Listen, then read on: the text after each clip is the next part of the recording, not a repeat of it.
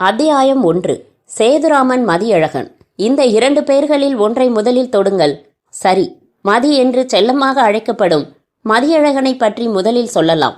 இந்த வரி எழுதப்படும் நேரத்தில் மதி தனது வாடகை வீட்டில் இவனாக அமைத்திருந்த இருட்டு அறைக்குள் நேற்று ஒரு அமைச்சர் கலந்து கொண்ட தமிழ் விழாவில் எடுத்த அமைச்சருக்கு நினைவு பரிசு வழங்கப்பட்ட போது ஒரு கிளிக், அமைச்சருக்கு பொன்னாடை போர்த்திய போது ஒரு கிளிக், அமைச்சர் மைக் முன்பாக வந்து நின்றபோது ஒரு கிளிக், பிறகு அமைச்சர் மேடைக்கு பின்புறம் வந்து ரகசியமாக தம்மடித்த போது ஒரு ரகசிய கிளிக். கடைசி புகைப்படம் பத்திரிகையில் சொல்லப்படாதது இவனாக திடீரென்று கிடைத்த காட்சியை தவறவிடாமல் எடுத்தது. அமைச்சர் சுவாரஸ்யமாக சிகரெட் பிடிக்கும் இந்த புகைப்படத்தை திடீரென்று வெளியிட்டால் என்ன ஆகும்? ஆசிரியர் ஒருவேளை சம்மதிக்கலாம். ஆனால் உடனே அமைச்சரிடமிருந்து தொலைபேசி வரும். எவன்டா அவன் எடுத்தது? அந்த பரதேசி விலைமகள் மகனை உடனே வந்து என்னை பார்க்க சொல்லு. இப்படித்தான் உரையாடல் தொடங்கும். மதி புன்னகைத்து கொண்டான். புன்னகைத்து கொண்ட மதி, கையில்லாத பனியன் அணிந்திருந்த மதி கருகருவென்று மீசை வைத்திருந்தான். கருகருவென்று மீசை வைத்திருந்த மதி அழகாயிருந்தான். அழகாயிருக்கும் மதிக்கு அந்த நட்சத்திரம் வார இதழில் வேலை. புகைப்படம் எடுத்தல் அவனுடைய முழு நேர தொழில். அந்த பத்திரிகை நிறுவனத்திலிருந்து 2 வார இதழ்கள், 2 மாதம் இருமுறை இதழ்கள் வருகின்றன. அரசியல், சினிமா, பொழுதுபோக்கு, மகளிர் என்று 4 வகை இதழ்கள். 4 இதழ்களுக்கும் கட்டுரைகள், பேட்டிகள் தொடர்பாக புகைப்படம் எடுக்க மதியும் மற்றும் ஒரு புகைப்படக்காரனும்தான். மதிக்கு அதனால் எல்லா வகை மனிதர்களோடும் அறிமுகம், பழக்கம் உண்டு. பெரிய தொழிலதிபர், அமைச்சர், கவிஞர், எழுத்தாளர், திரைப்பட நடிகை, சினிமா தயாரிப்பாளர் என்கிற வட்டத்திலும் புழங்க வேண்டும். வேலைக்கு போகிற பெண், கல்லூரி யுவதி, செருப்பு தைக்கும் தொழிலாளி, காது கேளாதவன், நீச்சல் வீராங்கனை என்கிற வட்டத்திலும் புழங்க வேண்டும். ஒவ்வொரு நாளும் புதிய அனுபவம், புதிய அறிமுகம். அப்படி ஒரு அறிமுகத்தில்தான் வீணாவின் சந்திப்பு. வீணாவை பிறகு வர்ணிப்போம். தற்போது தகவலாக அவள் அழகி என்று மட்டும் அறிக. ஒரு கல்லூரி விழா, படம் எடுக்கச் சென்றது மதி. அந்த நிகழ்ச்சியை அருமையாக நகைச்சுவையாக தொகுத்தவள் வீணா. நிகழ்ச்சி முடிந்ததும், செல்வி வீணா, நீங்கள் சரளமாக சுவாரஸ்யமாக நிகழ்ச்சிகளை தொகுத்தளித்தீர்கள், என் பாராட்டுக்கள் என்றான் மதி ஆங்கிலத்தில். கல்லூரி பெண்களிடம் தமிழை தூக்கிச் சென்றால் சாக்கடை சுத்தம் செய்யும் தொழிலாளியை பார்க்கிற பார்வையில் பார்ப்பார்கள் என்பது அவனது அனுபவ அறிவு. ஆனால் அதை உடை தெரியும் விதமாக, அப்படியா, ரொம்ப நன்றி, ஒரு பிரபல புகைப்படக்காரரான உங்ககிட்ட இருந்து பாராட்டு கிடைக்கிறது எனக்கு பெருமை என்று முத்துப்பல் வரிசை பளிரிட சிரித்து சொன்ன அவளையும் அந்த பதிலையும் அவசர அவசரமாக அவனுக்கு பிடித்து போய்விட்டது. ஒரு பெண் எல்லா கோணத்திலிருந்து பார்த்தாலும் அழகா தெரிகிறது ரொம்ப அபூர்வங்க. உங்ககிட்ட அந்த சிறப்பு இருக்கு. நீங்க அனுமதிச்சிங்கன்னா உங்களை சில புகைப்படங்கள் எடுக்க விரும்புறேன் என்றான் மதி. நீங்க என்ன புகைப்படம் எடுக்கிறதுக்கு நான் அதிர்ஷ்டம் செஞ்சிருக்கணும் சார், எடுங்க என்று சம்மதித்தாள் வீணா. ஒரு புதிய புகைப்படச் சுருளை மாட்டி 36 விதமாக எடுத்து தீர்த்தான். எடுத்த புகைப்படங்களில் பிரதி போட்டு அவளுக்கு அனுப்பி வைத்தான்.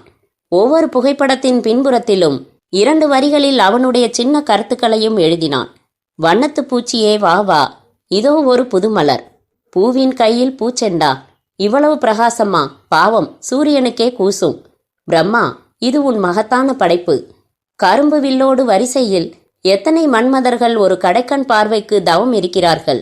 இப்படி அவளின் அழகை மறைமுகமாக பாராட்டி தன் ரசனையை ரகசியமாக வெளிப்படுத்தி அவன் அனுப்பி வைக்க, அந்த புகைப்படங்களுக்கும் அந்த கருத்துக்களுக்கும் அவள் நன்றி தெரிவித்து எழுதிய 9 பக்கங்கள் கொண்ட மகா நீளமான கடிதத்திலிருந்து ஒரு பகுதி மட்டும் இங்கே. ஓவியத்தை எவரும் ரசிக்கலாம், ஆனால் வரைய ஒரு ஓவியனால் மட்டுமே முடியும்.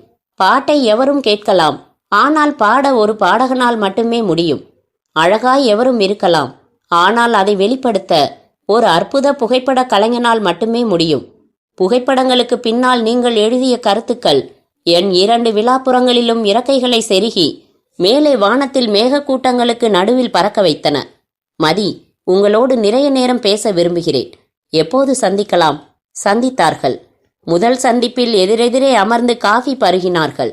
அடுத்த சந்திப்பில் அருகருகே அமர்ந்து குளிர்பானம் பருகினார்கள். அடுத்த சந்திப்பில் ஒருவர் மீது ஒருவர் சாய்ந்து ஒருவரை ஒருவர் பருகினார்கள். இதுவே மதி வீணா காதல் பின்னணி. இப்போது அடுத்த நபர் சேதுராமன். அத்தியாயம் 2. சேது என்று தன் பெயரை சுருக்கி கொண்ட சேது வசிப்பது மதியின் அதே வீட்டில். 2 பேருமாய் ஆளுக்கு பாதி வாடகை தருகிறார்கள். ஆளுக்கு பாதி கடன் வைக்கிறார்கள். சேது வேலை பார்ப்பது அதே பத்திரிகை நிறுவனத்தில், அதே 4 பத்திரிகைகளுக்காக. அவனுக்கு ஆயுதம் கேமரா என்றால் இவனுக்கு ஆயுதம் பேனா. அந்த பத்திரிகை நிறுவனத்தில் பணிபுரியும் 7 உதவி ஆசிரியர்களில் சேதுவும் ஒருவன். சேது பைஜாமா ஜிப்பா அணிந்து தோளில் ஜோல்னாப்பை தொங்கவிட்டு நடக்கும் ஜாதி இல்லை. அறிவுக்கு அடையாளம் தாடையை தாடியால் மூடி புன்னகை தொலைத்து சதா பசித்த புலியாக உம்மென்று இருத்தல் என்பது போல முகம் வைத்துக் கொள்கிற ஜாதியும் அல்ல. சேது ரொம்பவும் கலகல ரகம். அவனுடைய அலுவலகத்தில் 4-5 பேர் ஒரே நேரத்தில் சத்தமாக சிரிக்கிறார்கள் என்றால் அங்கே சேது இருக்கிறான் என்று அர்த்தம். அவன் தோற்றத்தில், உடைகளில், உடுத்தும் விதத்தில், பேச்சில் என்று எதிலும் ததும்பி வழியும் இளமை. உற்சாகம் குன்றிய நிலையில் அவனை இதுவரை எவரும் பார்த்ததில்லை. சேது படிக்கிறவன்.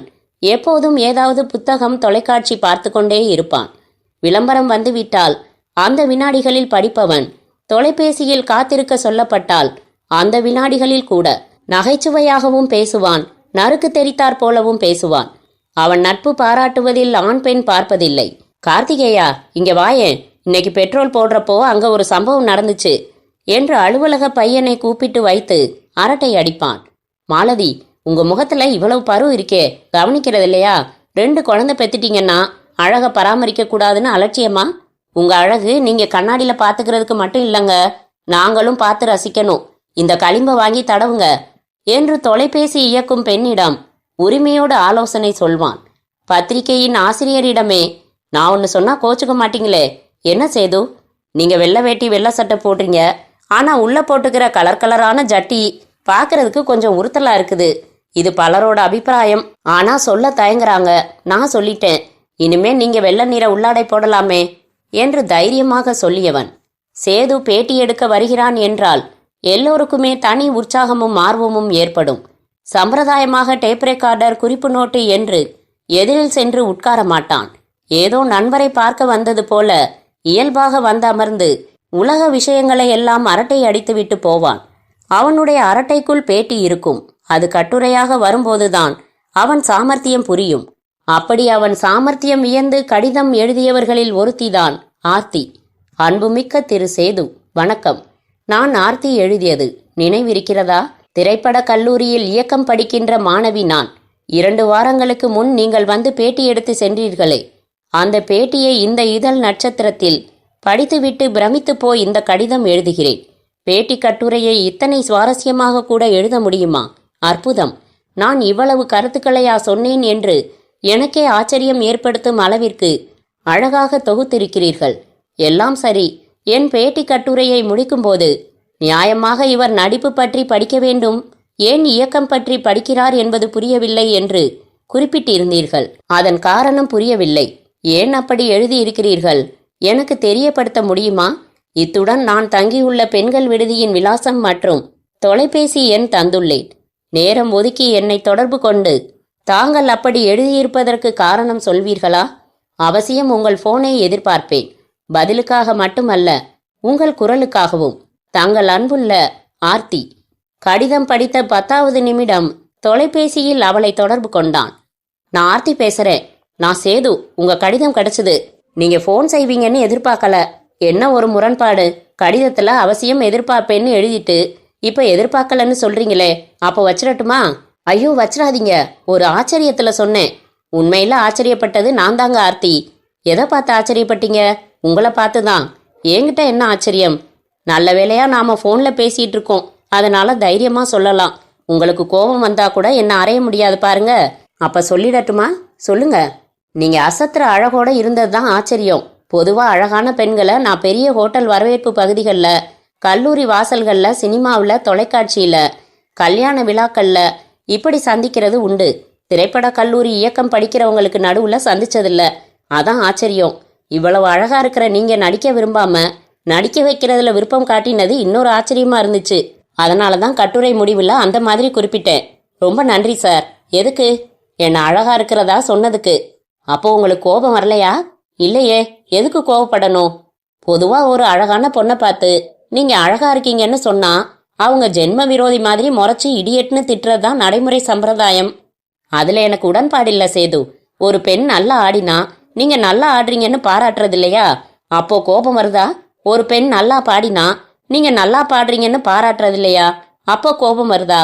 அதே மாதிரி நீங்க அழகா இருக்கீங்கன்னு சொல்றதும் அழகுக்கான ஒரு அங்கீகாரம் தானே. அதுக்கு கோபப்பட வேண்டிய அவசியம் இல்ல. நீங்க என்ன சினிமாவுக்கு வரியானா கேட்டுட்டீங்க கோவப்படுறதுக்கு? என்னங்க சேது பதில் இல்ல? உண்மையிலேயே உங்களை சினிமாவுக்கு வர்றீங்களான்னு கூப்பிட நினைச்சேன்.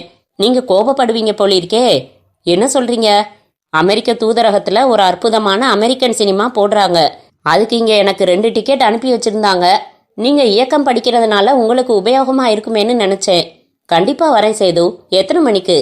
மாலை 7 மணிக்கு. அப்ப படம் முடிய 9:30 ஆயிடுமா? ஆமா, திரும்பி போறது பத்தி கவலைப்பட வேணாம். என்கிட்ட பைக் இருக்கு. உங்களை பத்திரமா கொண்டு வந்து உங்க விடுதியில விடுறேன். உங்களுக்கு ஆட்சேபனை இல்லைன்னா கண்டிப்பா வரேன் என்றாள் ஆர்த்தி. சொன்னபடி வந்தாள். தன் அலங்காரத்தில் தனி கவனம் செலுத்தி இருப்பதை உணர முடிந்தது. அருகருகில் அமர்ந்து படம் பார்த்தார்கள்.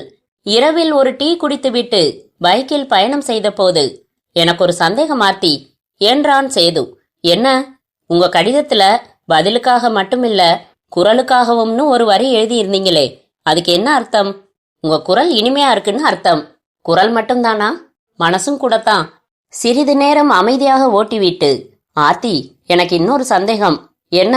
முதல் பார்வையில காதல் ஏற்படும்னு நம்புறீங்களா? நம்புறேன். எப்படி? அனுபவிக்கிறதுனால நம்புறேன். அப்படின்னா நாளைக்கு சொல்றேன் என்றாள் ஆர்த்தி. மறுநாள் அவளாக சேதுவுக்கு போன் செய்தாள். என்னங்க சேது, நேத்து ராத்திரி முழுக்க தூங்கி இருக்க மாட்டீங்களே? இல்லையே, என் வீட்டுல கொசு தொல்லை கிடையாதுங்களே. ஏன் மௌனம் ஆயிட்டீங்க? மேற்கொண்டு நான் பேசணும்னா நீங்க வாங்க போங்கன்னு சொல்ற மரியாதையெல்லாம் நீங்க கலட்டணும். எனக்கு பிடிக்கல. சரி சொல்லுடி. விட்டா உடனே ரொம்ப தான் தாவுவீங்களே. நேத்து நான் சொன்னதுக்கு அர்த்தம் யோசிச்சிங்களா? தெளிவா புரியுற ஒரு விஷயத்துக்கு எதுக்கு சிரமப்பட்டு யோசிக்கணும் ஆர்த்தி? என்ன புரியுது உங்களுக்கு? சேதுவும் ஆர்த்தியும் காதலிக்கிறாங்கன்னு புரியுது. உனக்கு புரியுதா? சி. அந்த வெட்க சின்னங்களில் தொடங்கிய காதல் செழித்து வளர்ந்திருக்க, சேதுவும் மதியும் பரஸ்பரம் தங்கள் காதலிகளை ஒரு கடற்கரை சந்திப்பில் ஒருவருக்கு ஒருவர் அறிமுகப்படுத்தி வைக்க, அதன் பிறகு எங்கு போனாலும் 2 ஜோடிகளாக 2 மோட்டார் பைக்குகளில் செல்வது அல்லது ஒரு வாடகை கார் எடுத்துக்கொண்டு சுற்றுவது என்று வழக்கமாகிவிட்ட இந்த காலகட்டத்தில் அத்தியாயம் 3 வாங்க என்றார் ஆசிரியர் மணிமாறன். தலையில் ஏர் ஓட்டி விவசாயம் செய்யலாம். நெற்றியில் ஒரு பாக்கெட் விபூதி, பீரங்கி மூக்கு, ஆண் என்று அடையாளத்திற்காக சன்னமாக பென்சிலில் கோடு இழுத்த மீசை, தாடையில் லொடக் என்று ஓர் பள்ளம், சிரிக்கும்போது 2 தங்கப்பற்கள், பாலியஸ்டரில் காலர் இல்லாத ஜிப்பா, தங்க செயினில் கை கடிகாரம். என்ன சார் என்றான் சேது. மேசை முழுக்க பத்திரிகை தொடர்பான காகிதங்கள், கோப்புகள், 2 தொலைபேசிகள், ஒரு உள் தொலைபேசி, 20 நிறங்களில் பேனாக்கள், கண்ணாடிக்கு அடியில் வெங்கடாஜலபதியும் வேளாங்கண்ணி மாதாவும். உட்காருங்க சேது. சேது எதிர் நாற்காலியில் அமர்ந்து கொண்டான். நேற்றைய செய்தித்தாள்ல சரிவுத்தோட்டம் கிராமத்துல நடந்த 2வது தொடர் மரணம் பற்றிய செய்தியை படிச்சிங்களா? தலைப்பு மட்டும் பார்த்தேன். விரிவா படிக்கணும்னு எடுத்து வச்சேன். இன்னும் படிக்கல சார். சரி, நீங்க மெதுவா படிச்சுக்கங்க. ஆனா நான் விவரம் சொல்றேன். சரிவுத்தோட்டம் ஒரு மலை கிராமம். நீலகிரி மாவட்டத்துல ஊட்டியிலிருந்து மைசூர் போற பாதையில ஃபிங்கர் போஸ்ட் இருக்கு. தமிழ்ல கைகாட்டி மரம்னு இந்த ஊரை குறிப்பிடுறாங்க. அங்கிருந்து பிரிஞ்சு போற ஒரு தடத்துல 3வது கிலோமீட்டர்ல இருக்கிற கிராமம்தான் சரிவுத்தோட்டம். அங்க 1 மாசம் முன்னாடி பொன்னின்னு ஒரு பொண்ணு மர்மமான முறையில இறந்தா. நீலகிரி மாவட்ட எஸ்பி அந்த மரணத்துல எந்த விதமான துப்பும் தொலங்கலன்னு பேட்டி கொடுத்திருந்தாரு. அந்த ஊர் மக்கள் இது கொலை இல்ல, ஆவியோட அட்டகாசம்னு ஒரு கருத்து சொன்னாங்க. அந்த மரணத்துக்கு காரணம் இன்னைய வரைக்கும் தெரியல. இந்த நிலையில அதே ஊர்ல 3 நாட்களுக்கு முன்னால செல்வின்னு ஒரு பொண்ணு மரணம் அடைஞ்சிருக்கா. பொன்னி எப்படி இறந்தாலோ அதே முறையில இந்த மரணமும் மர்மமான முறையில நடந்திருக்கு. பொன்னிக்கு மாதிரியே செல்விக்கும் எதிரிகள் இல்ல, மரணத்துக்கான காரணமும் இல்ல. இந்த முறையும் காவல் அதிகாரி அசடு வழிய சமாளிச்சு பேட்டி கொடுத்திருக்காரு. ஊர் மக்கள் மறுபடி உறுதியா இது ஆவியோட வெறி செயல்தான்னு சொல்லி ஆவியை சாந்தப்படுத்துறதுக்கு மலையாள மாந்திரீக நிபுணர்களை கலந்து ஆலோசிச்சிருக்காங்க என்றார் ஆசிரியர் மணிமாறன். ரொம்பவும் சுவாரஸ்யமா இருக்குது சார். நான் முழுக்க எல்லா பத்திரிகைகளையும் படிச்சு பார்த்துட்டு உடனே வர்ற இதழ்ல ஒரு கட்டுரை எழுதிடவா என்றான் சேது. இல்ல சேது, இந்த தடவை அப்படி வெறும் கட்டுரையோட நிறுத்தி கொள்ள விரும்பல. மற்ற பத்திரிகைகள் செய்யாததை நாம செய்யலாம். என்ன செய்யலாம் சார்? பல சமயங்கள்ல போலீஸ்காரங்க தெரிஞ்சுக்கிட்டதுண்டு. உண்மைதான் சார். நீங்களும் நம்ம புகைப்பட நிபுணர் மதியும் அந்த கிராமத்துக்கு ஏன் போய் சில நாட்கள் தங்கக்கூடாது? இந்த 20ஆம் நூற்றாண்டில காவல்துறையாலேயே மர்மத்தை கண்டுபிடிக்க முடியாத அளவுக்கு சவால் விடுற அந்த தொடர் மரணங்களுக்கு பின்னணியில நிஜமா இருக்கிறது ஆவியா இல்ல ஆசாமியான்னு நீங்க 2 பேரும் ஏன் துப்பறியக்கூடாது? ரொம்ப நல்ல யோசனை சார் என்றான் உற்சாகமாக சேது. ஆனா நீங்க பத்திரிக்கைக்காரங்கன்னு உங்களை வெளிப்படுத்திக்க வேணாம்னு நான் நினைக்கிறேன். வேற ஏதோ காரணத்தோட போய் தங்கணும். ஒரு மலை கிராமத்துல பட்டணத்துல இருந்து எதுக்கு போய் தங்குவாங்க? நம்புற மாதிரியான காரணத்தோட போனா நல்லா இருக்கும். சார், எனக்கு ஒரு யோசனை தோணுது, சொல்லுங்க. திரைப்பட கல்லூரியில இயக்கம் படிக்கிற பொண்ணு ஆர்த்தி எனக்கு நல்ல பழக்கம். ஒரு மலை பிரதேசத்துல 3 பாத்திரங்கள் கொண்ட ஒரு அரை மணி நேர வீடியோ படம் எடுக்கணும்னு சொல்லிக்கிட்டு இருந்தா. அதற்கான கதை வசனம் தயார். 2 ஆண்கள் ஒரு பெண், அவ்வளவுதான் பாத்திரங்கள். என்னையும் மதியையும் அதுல நடிக்க சொன்னா. சந்தர்ப்பம் வர்றப்போ பார்க்கலாம்னு நாங்க சொல்லி வச்சோம். இப்போ இதை சந்தர்ப்பமா எடுத்துக்கலாமோன்னு தோணுது. ஒரு வீடியோ கேமராவை மட்டும் வாடகைக்கு எடுத்துக்கிட்டு நாங்க 4 பேருமா புறப்பட்டு அந்த கிராமத்துக்கு போய் தங்கலாம். யார் கேட்டாலும் நாங்க வீடியோ படம் எடுக்க வந்ததா சொல்லலாம். நிஜமாவே பகல்ல படம் எடுத்து மாலைகள்ல துப்பறியலாம். யார் எப்போ சந்தேகப்பட்டு விசாரிச்சாலும் ஸ்கிரிப்ட் காட்டலாம். அவள் திரைப்பட கல்லூரி மாணவின்னு நிரூபிக்கலாம். 2 மாங்காய ஒரே கல்லால அடிக்கிற சாமர்த்தியத்தை இதுல பயன்படுத்திட்டீங்க. எனக்கு எந்த மறுப்பும் இல்ல சேது. நீங்க சொல்ற யோசனை சிறப்பா தான் இருக்கு. யாரும் சந்தேகப்பட முடியாதுதான். நாளைக்கே நீங்க புறப்படுறது நல்லதுன்னு நினைக்கிறேன். எல்லா ஏற்பாடுகளையும் செய்துக்கங்க. இந்த திட்டத்துல ஏற்படுற எல்லா செலவுகளையும் நம்ம நிர்வாகம் ஏற்கும். நீங்க எனக்கு 2 நாளைக்கு ஒரு முறை போன்ல பேசி தகவல்கள் சொல்லணும். உங்க தினசரி நடவடிக்கைகளை விசாரிப்புகளை ஒரு அறிக்கை மாதிரி தயாரிச்சு எனக்கு தபால் அனுப்பணும். சரி சார், எச்சரிக்கையா இருங்க. இந்த மரணங்களோட உண்மையான பின்னணிய ஆதாரங்களோட தெரிஞ்சுக்கிட்டு சென்னையில பெரிய காவல் அதிகாரிகள் மூலமா உரிய நடவடிக்கைகள் எடுக்க ஏற்பாடு செய்யலாம். அப்புறம் விரிவா ஒரு தொடர்கட்டுரைய அமர்க்கலமான விளம்பரத்தோட நம்ம நட்சத்திரம் வார இதழ்ல நீங்களே எழுதலாம். சமுதாய பணிக்கு சமுதாய பணி, பத்திரிகை பணிக்கு பத்திரிகை பணி. எனக்கு ரொம்ப ரொம்ப பிடிச்சிருக்கு சார். சும்மா பேட்டி கட்டுரைகளே எழுதிக்கிட்டு இருக்கிறதுக்கு இது மாதிரி சவாலான விஷயங்களை சந்திச்சு வித்தியாசமா செயல்பட நான் எப்பவுமே ஆர்வமா இருக்கிறவன் தான் என்றான் சேது. ஆசிரியர் அவன் கையை பற்றி குலுக்கி, நல்வாழ்த்துக்கள். அதே சமயம் உங்களுக்கு எதிராக ஏதாச்சும் நடக்கவும் வாய்ப்பு இருக்கிறதால எச்சரிக்கையாகவும் இருங்க என்றார். அத்தியாயம் 4. என்ன ஊர் சொன்னீங்க என்றாள் வீணா. சுடிதார் அணிந்து இரட்டை பின்னலிட்டிருந்தாள். சரிவு தோட்டம் என்றான் சேது. எங்க இருக்குது அது என்றாள் ஆர்த்தி. ஜீன்ஸ் பேண்ட்டும் பருத்தி சட்டையும் அணிந்திருந்தாள். பொட்டு வைக்கவில்லை, சாயம் பூசவில்லை. ஆனாலும் வழிய வழிய அழகு. நீலகிரி மாவட்டத்துல ஊட்டியிலிருந்து 7 கிலோமீட்டர் தள்ளி இருக்கு என்றான் மதி. நால்வரும் அந்த வீட்டின் மொட்டை மாடியில் நாற்காலிகள் போட்டு அமர்ந்திருந்தார்கள். மாலை சூரியன் அவர்களின் வசதிக்காக கடலுக்குள் தூரமாக நழுவிக் கொண்டிருந்தது. மேற்கு வானம் தன் முகம் முழுக்க ரங்கோலி போட்டிருந்தது. எல்லா நிற பறவைகளும் கருப்பாக பறந்தன. தட்டுகளில் உடைத்த பிஸ்கட் பாக்கெட்டுகளும் மிக்சரும் இருக்க, ஆண்கள் இருவரும் 6வது விரல் போல சிகரெட் சுமந்திருக்க, பெண்கள் இருவரும் ஸ்ட்ரா போட்டு குளிர்பானம் பருகியபடி பேசினார்கள். நான் தயார், எனக்கு இப்பவே உற்சாகமா இருக்கு என்றாள் ஆர்த்தி. நான் என் கல்லூரி விடுதியில என்ன போய் சொல்லிட்டு புறப்படுறதுன்னு தான் யோசிக்கிறேன் என்றாள் வீணா. இந்த மாதிரி சந்தர்ப்பங்களுக்காகவே செத்துப்போக தயாரா பாட்டிகள் இருப்பாங்களே, ஒரு பாட்டியை சாகடிக்க வேண்டியதுதானே என்றான் சேது. அவ ஏற்கனவே என்னோட பெங்களூர் வர்றதுக்காக 2 பாட்டிகளை சாகடிச்சிட்டா என்றான் மதி. அப்போ இந்த தடவை தாத்தா நம்புவாங்களா? இதென்ன கதையா இருக்கு? பாட்டி இறந்த சோகத்தை தாங்க முடியாம தாத்தா சாக மாட்டாரா? பிரச்சனை தீர்ந்தது. இப்பவே உன் தாத்தா இறந்துட்டதா தந்தி கொடுத்துடுறோம். அந்த தந்தியை காட்டி விடுதி வார்டன் கிட்ட அனுமதி வாங்கிடு. சென்னையிலேருந்து தந்தி கொடுத்தா மாட்டிக்குவோமே. எங்க வார்டன் தந்தியை முழுக்க படிக்கும். சரி, உனக்கு எந்த ஊர்லேருந்து தந்தி வரணும்? எங்க அறந்தாங்கிலேருந்து. அவ்வளவுதானே வரும்? எப்படி வரும்? எங்க பத்திரிகைக்கு அத்தனை ஊர்லையும் விற்பனை பிரதிநிதிகள் இருக்கிறத மறந்துட்டியா? அறந்தாங்கி பிரதிநிதிக்கு ஒரு ஃபோன் போட்டு தந்தி கொடியான்னா கொடுத்துட்டு போறாரு. அப்ப நான் வர்றதுல எந்த பிரச்சனையும் இல்லை என்றாள் வீணா. சேது என்று அழைத்தான் மதி. என்னடா என்றான் சேது. வீடியோ படம் எடுக்கிறதுக்காக அங்க போற மாதிரி ஒரு ஏற்பாட்டை நீ யோசிச்சிருக்க வேணாம்னு எனக்கு படுது. ஏன்? உண்மையில நாம 2 பேரும் ஈடுபட போறது கொஞ்சம் ஆபத்தான காரியம். காவல்துறையையே கலக்கி எடுத்துக்கிட்டு இருக்கிற 2 மரணங்களை ஆராய போறது சின்ன விஷயம் இல்ல. அதுல விபரீதங்கள் அபாயங்கள் இருக்கலாம். இப்படிப்பட்ட காரியத்துல பொம்பளைங்க இவங்களையும் சேர்த்து ஈடுபடுத்தணுமா? எதிர்க்கிறோம் என்றாள் ஆர்த்தி. பொம்பளைங்கன்னா என்ன குறைச்சல் மதி? எங்களால மட்டும் ஆபத்துக்களை சந்திக்க முடியாதா? எங்களுக்கு மட்டும் தைரியம் இல்லையா என்ன? என்ன சொல்ற வீணா? நீ சொல்றது சரிதான் ஆர்த்தி. ஆனா அந்த கிராமத்து மக்கள் இந்த மரணங்களுக்கு ஆவிதான் காரணம்னு சொல்லியிருக்கிற செய்திதான் என் அடி வைத்த கலக்குது என்றாள் வீணா. என்ன இது, நீ இதையெல்லாம் நம்புறியா? இதெல்லாம் எனக்கு எப்பவும் கொஞ்சம் பயமான சமாச்சாரம்தான்.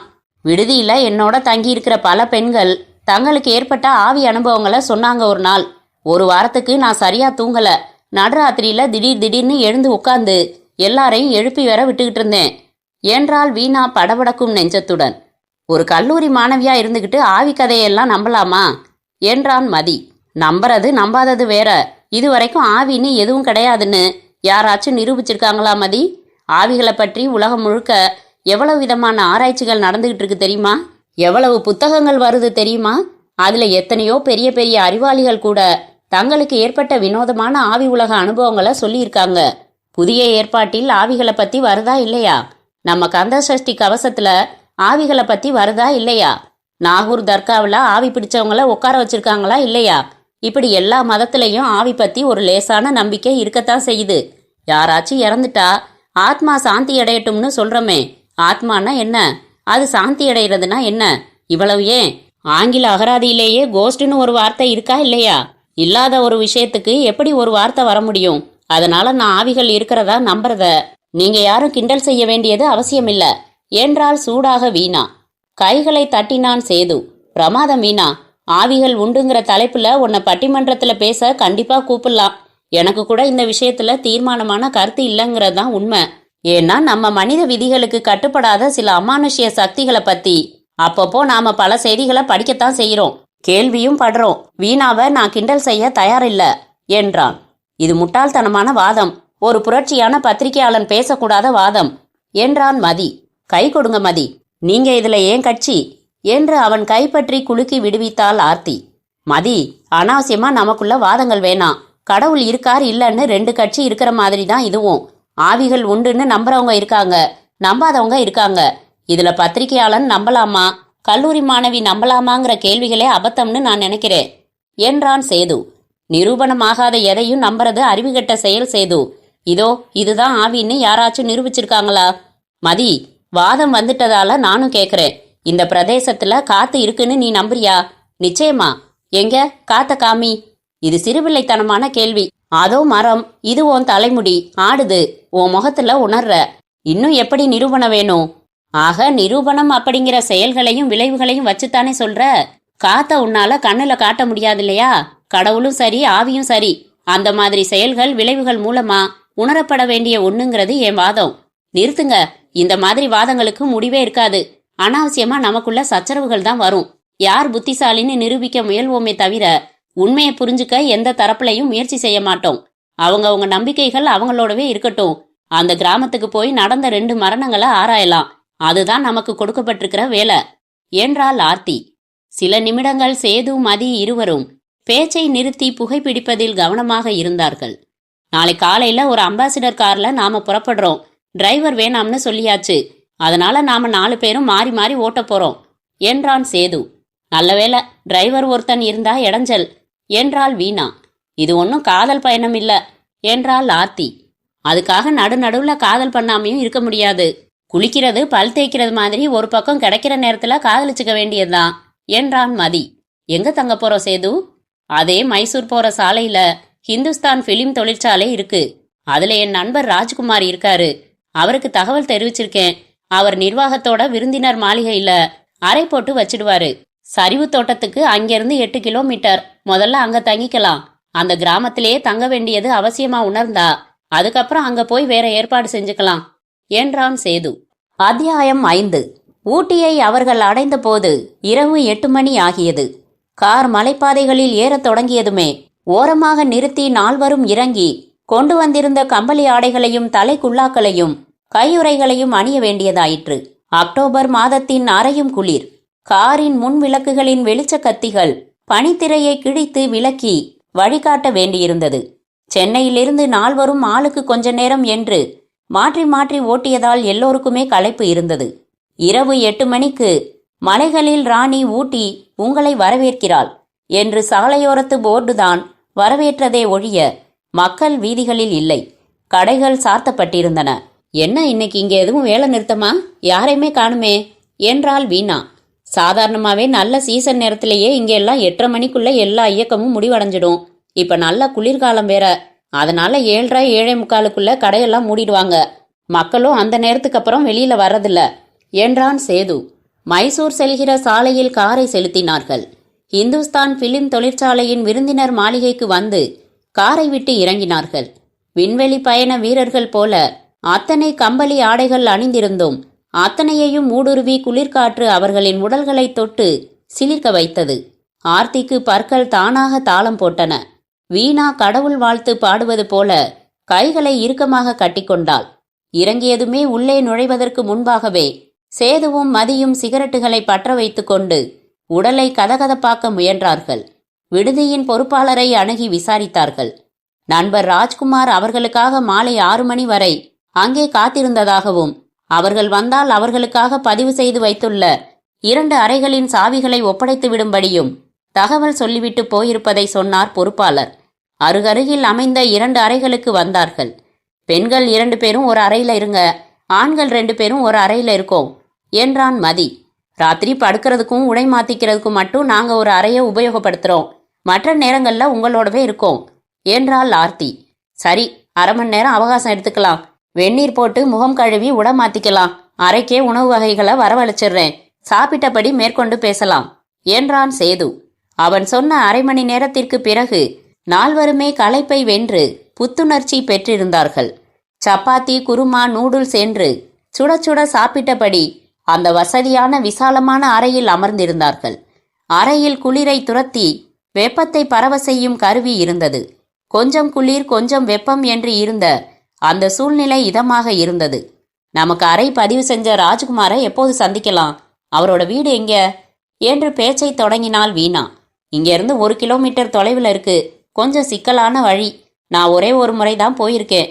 நாளை காலையில வெளிச்சத்துல போகலாம். அதுக்குள்ள அவரே நம்மளை பார்க்க வந்தாலும் வந்துருவாரு என்றான் சேது. சரி, இப்ப சாப்பிட்டது என்ன செய்யலாம்? மணி 8:45 தான் ஆகுது. ராத்திரி 12 மணிக்கு முன்னால படுத்து எனக்கு பழக்கம் இல்ல என்றான் மதி. உங்க 3 பேருக்கும் களைப்பு இல்லைன்னா இப்பவே கூட நாம கார் எடுத்துக்கிட்டு அந்த சரிவு தோட்டம் போகலாம் என்றான் சேது. ஐயோ, இந்த ராத்திரிலையா என்றாள் வீணா. ஏன், போனா என்ன? ராத்திரில போனாதான் பல ரகசியங்கள் தெரிய வரும் என்றாள் ஆர்த்தி. முதல்ல அந்த கிராமத்துல நடந்த 2 மரணங்களை பத்தியும் இன்னும் கொஞ்சம் விவரங்கள் சொல்றேன், கேட்டுக்கங்க. 2 மரணங்களை பத்தின எல்லா பத்திரிகைகளின் தகவல்களையும் திரட்டி ஒரு கோப்பு தயாரிச்சு முழுக்க படிச்சு வச்சிருக்கேன். சேது, முதல்ல அதை சொல்லு. பொன்னி, செல்வின்னு 2 பெண்கள் அந்த கிராமத்துல மர்மமான முறையில இறந்து போயிருக்காங்கன்னு மட்டும்தான் தெரியும். அதிக விவரங்கள் தெரியாது எங்களுக்கு என்றான் மதி.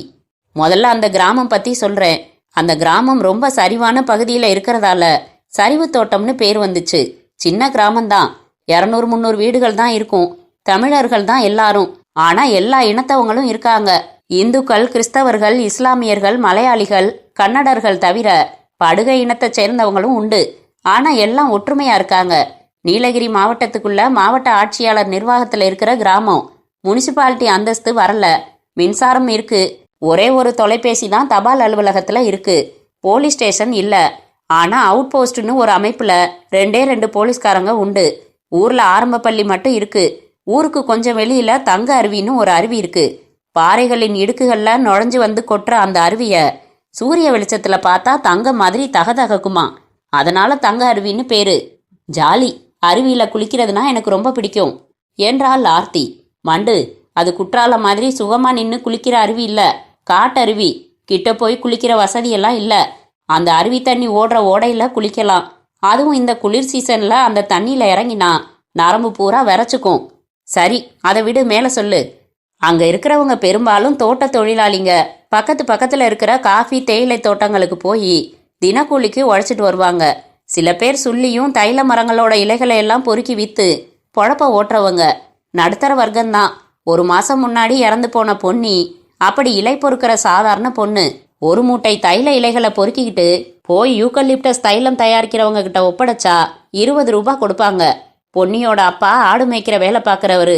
சம்பவம் நடந்த அன்னைக்கு காலையில இலை பொறுக்க போன மகள் மாலை 6 மணி ஆகியும் வீடு திரும்பலன்னு கவலைப்பட்டிருக்காரு. எல்லாரையும் விசாரிச்சுட்டு தைலம் காய்ச்சறவங்களையும் கேட்டிருக்காரு. இன்னைக்கு பூரா உன் மக வரவே இல்லையேன்னு சொல்லியிருக்காங்க. வழக்கமா பொன்னி இலை பொறுக்கிறதுக்காக எங்கெல்லாம் போவாளோ அங்கெல்லாம் 4 ஆளுங்களை அழைச்சிக்கிட்டு போய் தேடி இருக்காரு அவ அப்பா மாயாண்டி. பொன்னி கிடைக்கல. அப்புறம் காலையில அருவி பக்கம் போனவங்க ஓடி வந்து சொல்ல எல்லாருமா போய் பார்த்து அதிர்ச்சி அடைஞ்சிருக்காங்க.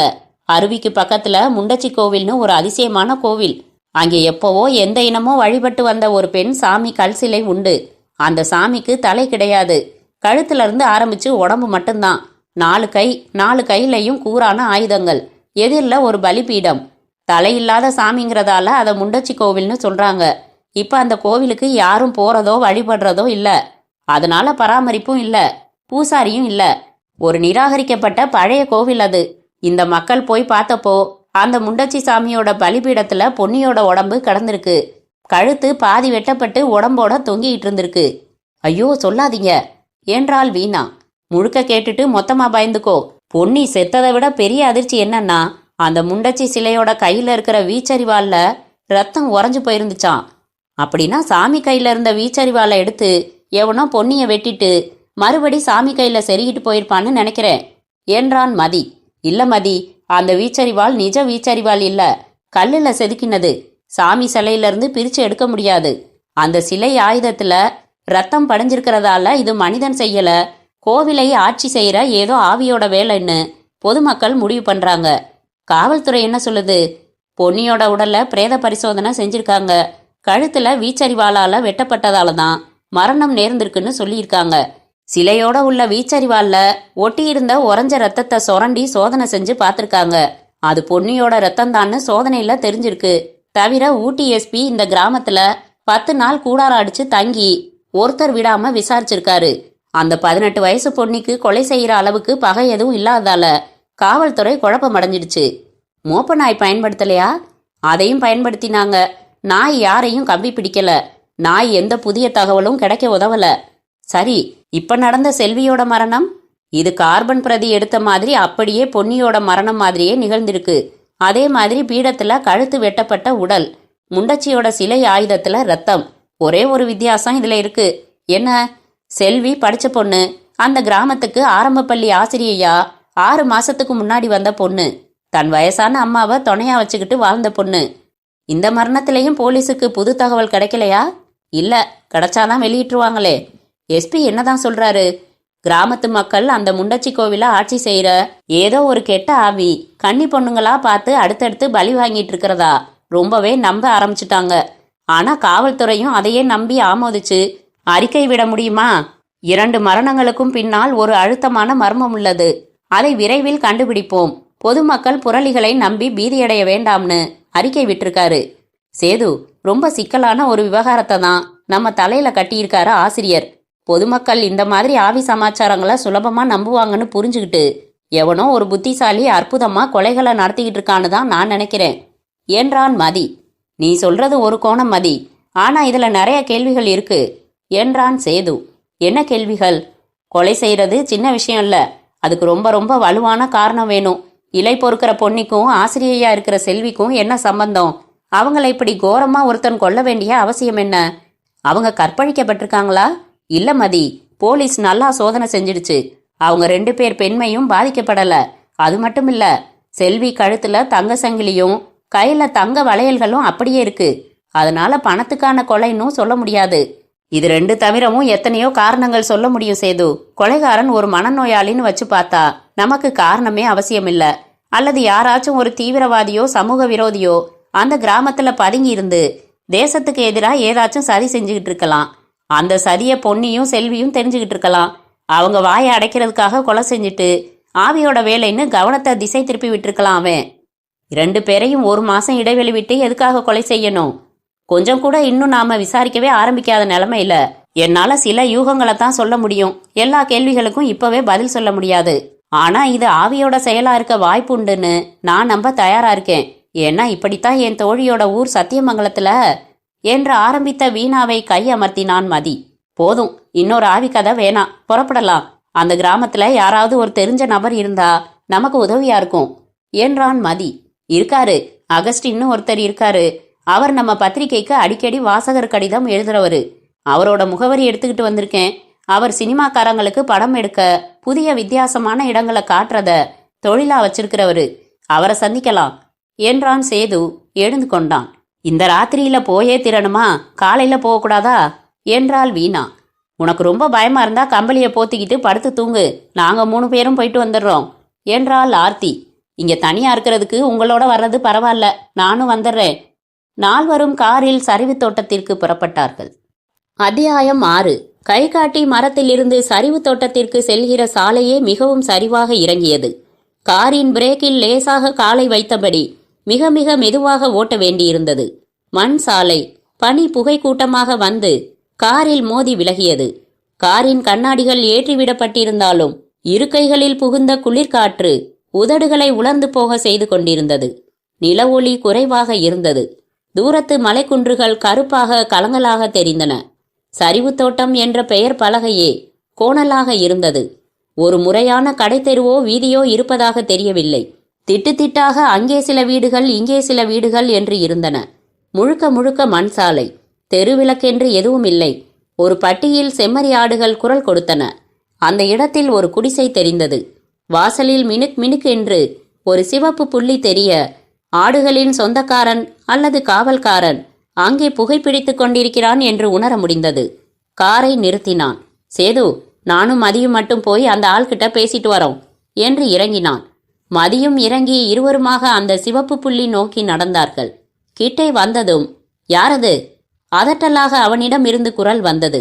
தயாராக அவன் தன்னருகில் இருந்த நீளமான தடியை கையில் எடுத்துக்கொண்டான். சிகரெட்டுக்கு நெருப்பு வேணும், நாங்க சென்னையிலிருந்து வந்திருக்கோம் என்றான் சேது. அவன் நெருப்பு பெட்டி தர இருவரும் பற்ற வைத்துக் கொண்டார்கள். இந்த ஊர்ல யாரை பார்க்க வந்தீங்க? இந்த ஊர்ல நாங்க ஒரு வீடியோ படம் எடுக்க போறோம். இந்த ஊர்லயா? ஆமா, இங்க சமவெளி, மரங்கள், குன்றுகள், அருவின்னு பிரமாதமான இடங்கள் இருக்குதுன்னு சொன்னாங்க. அதெல்லாம் உண்மைதான். இப்போ ஊர் இருக்கிற அமளியில உங்களுக்கு ஏன் வம்பு என்றவன் ஒரு கொட்டாவியை மென்றான். என்ன அமளி? நீங்க செய்தித்தாள் படிக்கிறது இல்லையா? இங்க அடுத்தடுத்து 2 பொண்ணுங்க அநியாயமா செத்து போயிருக்காங்க. வேலுச்சாமியோட அட்டகாசம் தாங்க முடியல. அடுத்த வாரம் கேரளால இருந்து 40 பேர் வந்து பெரிய யாகம் எல்லாம் நடத்த போறாங்க. நீங்க பொன்னி, செல்வி இவங்களோட மர்ம மரணம் பத்தி தானே சொல்றீங்க? அது படிச்சோம். கொலைகாரனை போலீஸ் கண்டுபிடிச்சிருவாங்க. அதுக்கும் எங்களுக்கும் என்ன சம்பந்தம்? கொலைகாரனை பிடிக்கிறதா?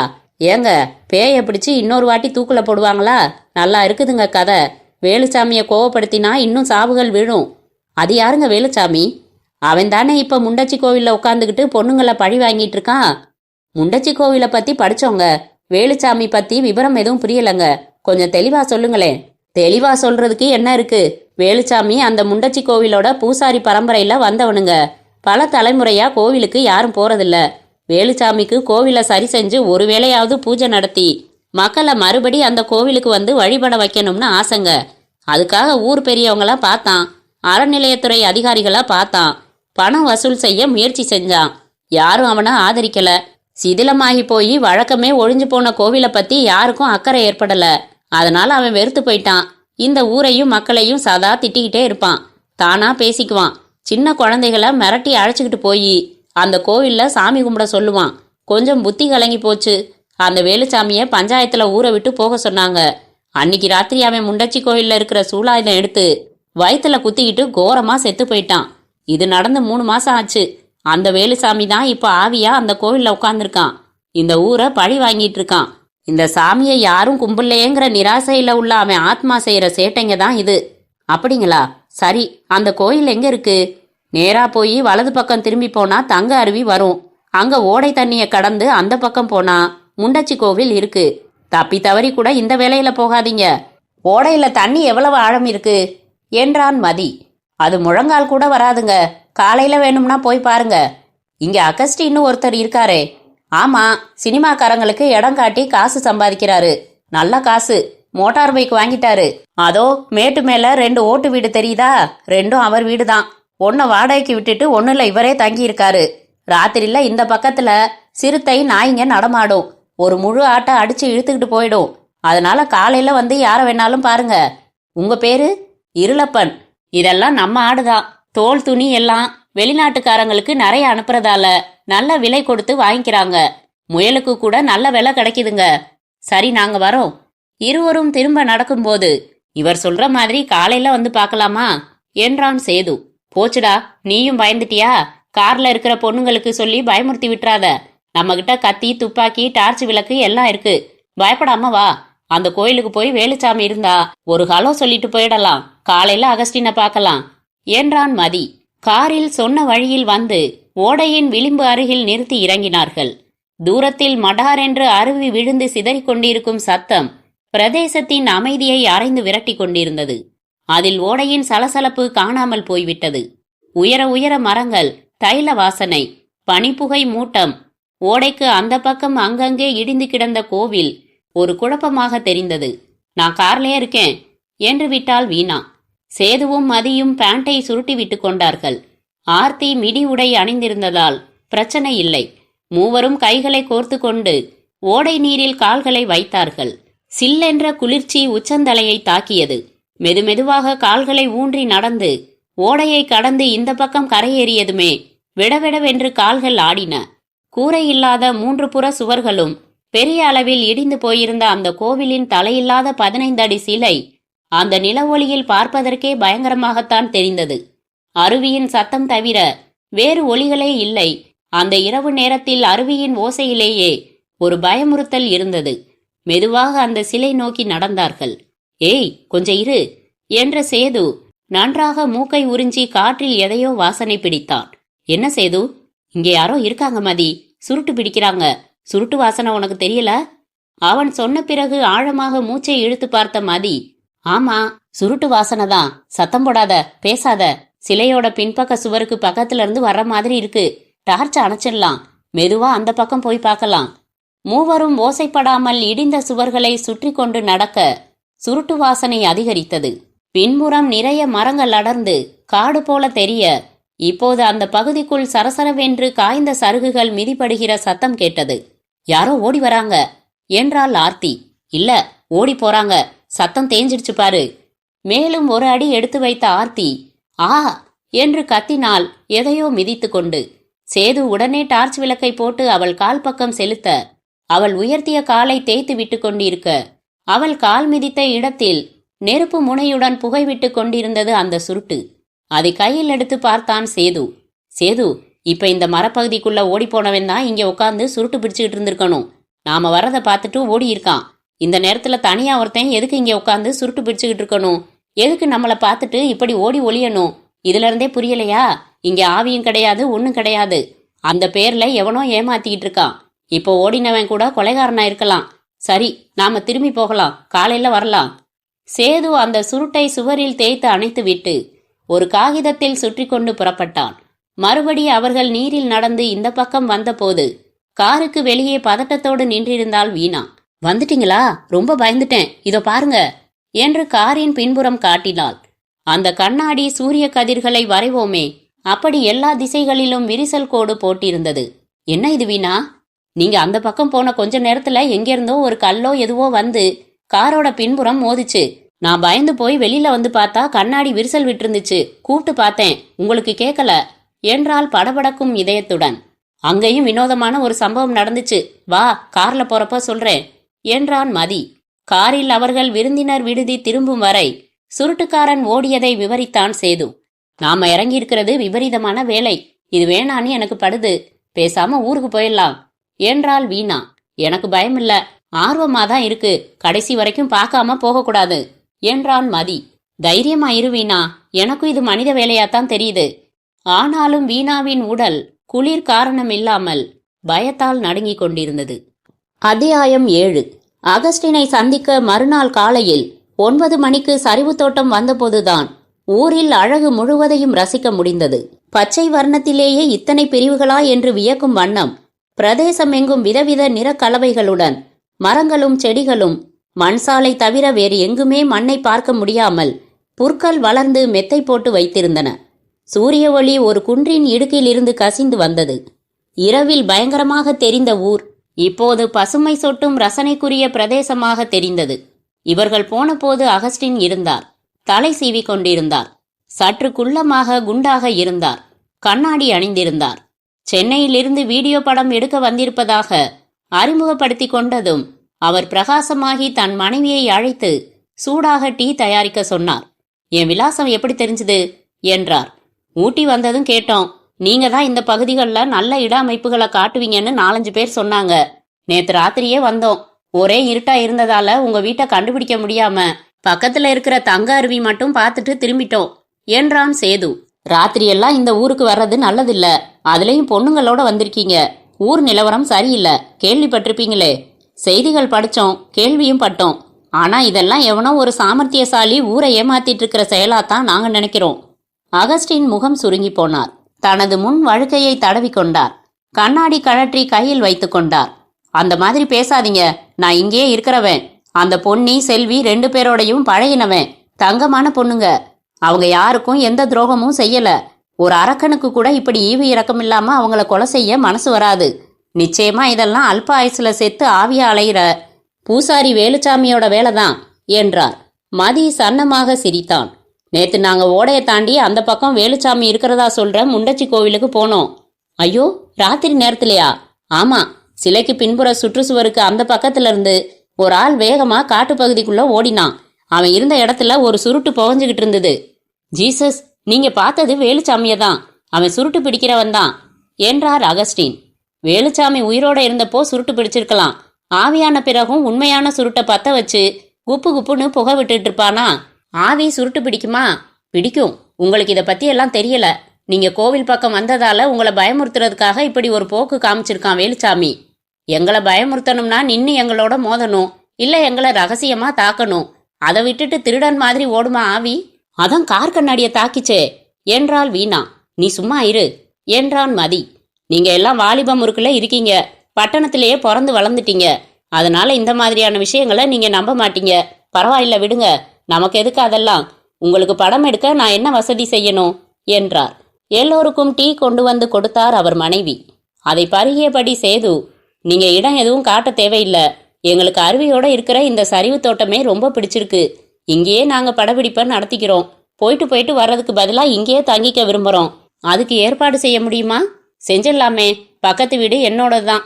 மின்சார அலுவலகத்துல வேலை பார்த்தாரு. அவரை 15 நாளைக்கு முன்னாடி கடலூருக்கு மாற்றல் போட்டதால காலி பண்ணிட்டு போயிட்டாரு. இப்ப அந்த வீடு காலிதான். நீங்க தாராளமா தங்கிக்கலாம். குளியலறை வசதிகள் உண்டு. 2 அறைகள் இருக்கு. 3 வேளை சாப்பாடு கூட என் மனைவிய சமைச்சு தர சொல்றேன். அதுக்கு ஒரு தொகை போட்டு கொடுத்துருங்க. எத்தனை நாள் தங்குவீங்க? 10 நாள்னு வச்சுக்கங்களேன். 10 நாளோ 15 நாளோ எனக்கு 1000 ரூபாய் கொடுத்துருங்க. சாப்பாடுக்கு 4 பேருக்கு 3 வேளைக்குமா. மொத்தமா ஒரு நாளைக்கு 100 ரூபாய் கொடுங்க. என்ன சொல்றீங்க? சம்மதிக்கிறோம் என்றான் சேது. உடனே முன்பணம் கொடுத்துவிட்டு காரை எடுத்து சென்று விருந்தினர் விடுதியை காலி செய்துவிட்டு வந்துவிட்டார்கள். அத்தியாயம் 8. ஊட்டியில் காவல்துறை எஸ்பி அலுவலகத்தில் அவரை சந்திப்பதற்காக வெளியே பெஞ்சுகளில் அமர்ந்து அந்த 4வரோடு அவர்கள் தேடிச் சென்று அழைத்து வந்த நண்பர் ராஜ்குமாரும் காத்திருந்தார். சில வினாடிகளில் உள்ளிருந்து ஒரு கான்ஸ்டபிள் வந்து, ஐயா உங்களை வர சொன்னாரு என்றதும் அவர்கள் உள்ளே வந்து முரட்டு மீசையோடு இருந்த எஸ்பி ஐயாவுக்கு வணக்கம் வைத்துவிட்டு அவர் கை காட்டிய நாற்காலிகளில் அமர்ந்தார்கள். எஸ்பி அருகில் காளிமுத்து என்று பெயர் தாங்கிய இன்ஸ்பெக்டர் ஒருவரும் நின்றிருந்தார். எஸ்பி முகத்தில் 2 வெட்டுத் தழும்புகள் இருந்தன. அவர் தன் வாழ்நாளில் ஒரு முறை கூட சிரித்திருக்க மாட்டார் என்று தெரிந்தது. என்ன வேணும்? எதுக்காக என்ன சந்திக்க வந்திருக்கீங்க என்ற அவரின் கேள்வியில் கம்பீரம் இருந்தது. வெண்கலப்பானை படிகளில் உருண்டது போல அப்படி ஒரு குரல். சார், என் பேர் ராஜ்குமார். நான் இங்க இந்துஸ்தான் பிலிம் தொழிற்சாலையில வேலை பார்க்கறேன். இவங்க என் நண்பர்கள். சென்னையில இருந்து வந்திருக்காங்க. இவங்க செல்வி ஆர்த்தி. திரைப்பட கல்லூரியில இயக்கம் படிக்கிறாங்க. இந்த 3 பேரையும் வச்சு ஒரு வீடியோ படம் எடுக்க வந்திருக்காங்க. சரிவு தோட்டத்துல வாடகைக்கு வீடு பிடிச்சு தங்கி இருக்காங்க. அதே ஊர்ல தான் படமும் எடுக்க போறாங்க. நாளையில இருந்து படப்பிடிப்பு நடத்தணும். அதுக்கு உங்க அனுமதி வேணும்.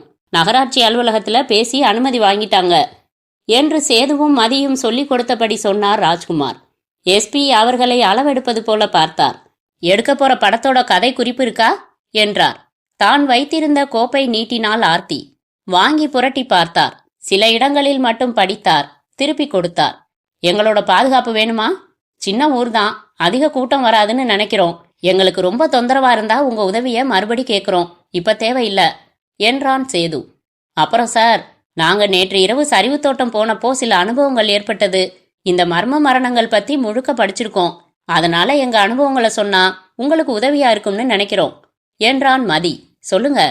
முன்னிரவில் அவர்கள் பார்த்தது உணர்ந்தது எல்லாவற்றையும் விரிவாக எடுத்து சொல்லி அந்த சுருட்டை மேஜை மேல் வைத்தார்கள்.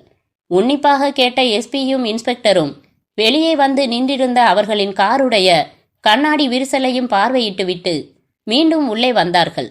பிறகு இன்ஸ்பெக்டர் சொன்னார், என் பேர் காளிமுத்து. ஐயாவோட உத்தரவுப்படி இந்த மர்மமான மரணங்களை நான் தான் துப்பறிஞ்சுக்கிட்டு இருக்கேன். ஆவி சமாச்சாரத்தை நான் நம்ப தயாரா இல்ல. நானே நம்பினாலும் சட்டமும் கோர்ட்டும் நிச்சயமா நம்பாது. நீங்க நினைக்கிற மாதிரி மக்களோட பலவீனமான இந்த பயத்தை தன்னோட பலமா எடுத்துக்கிட்டு எவனோ ஒருத்தன் தான் இப்படி செஞ்சுக்கிட்டு இருக்கான்.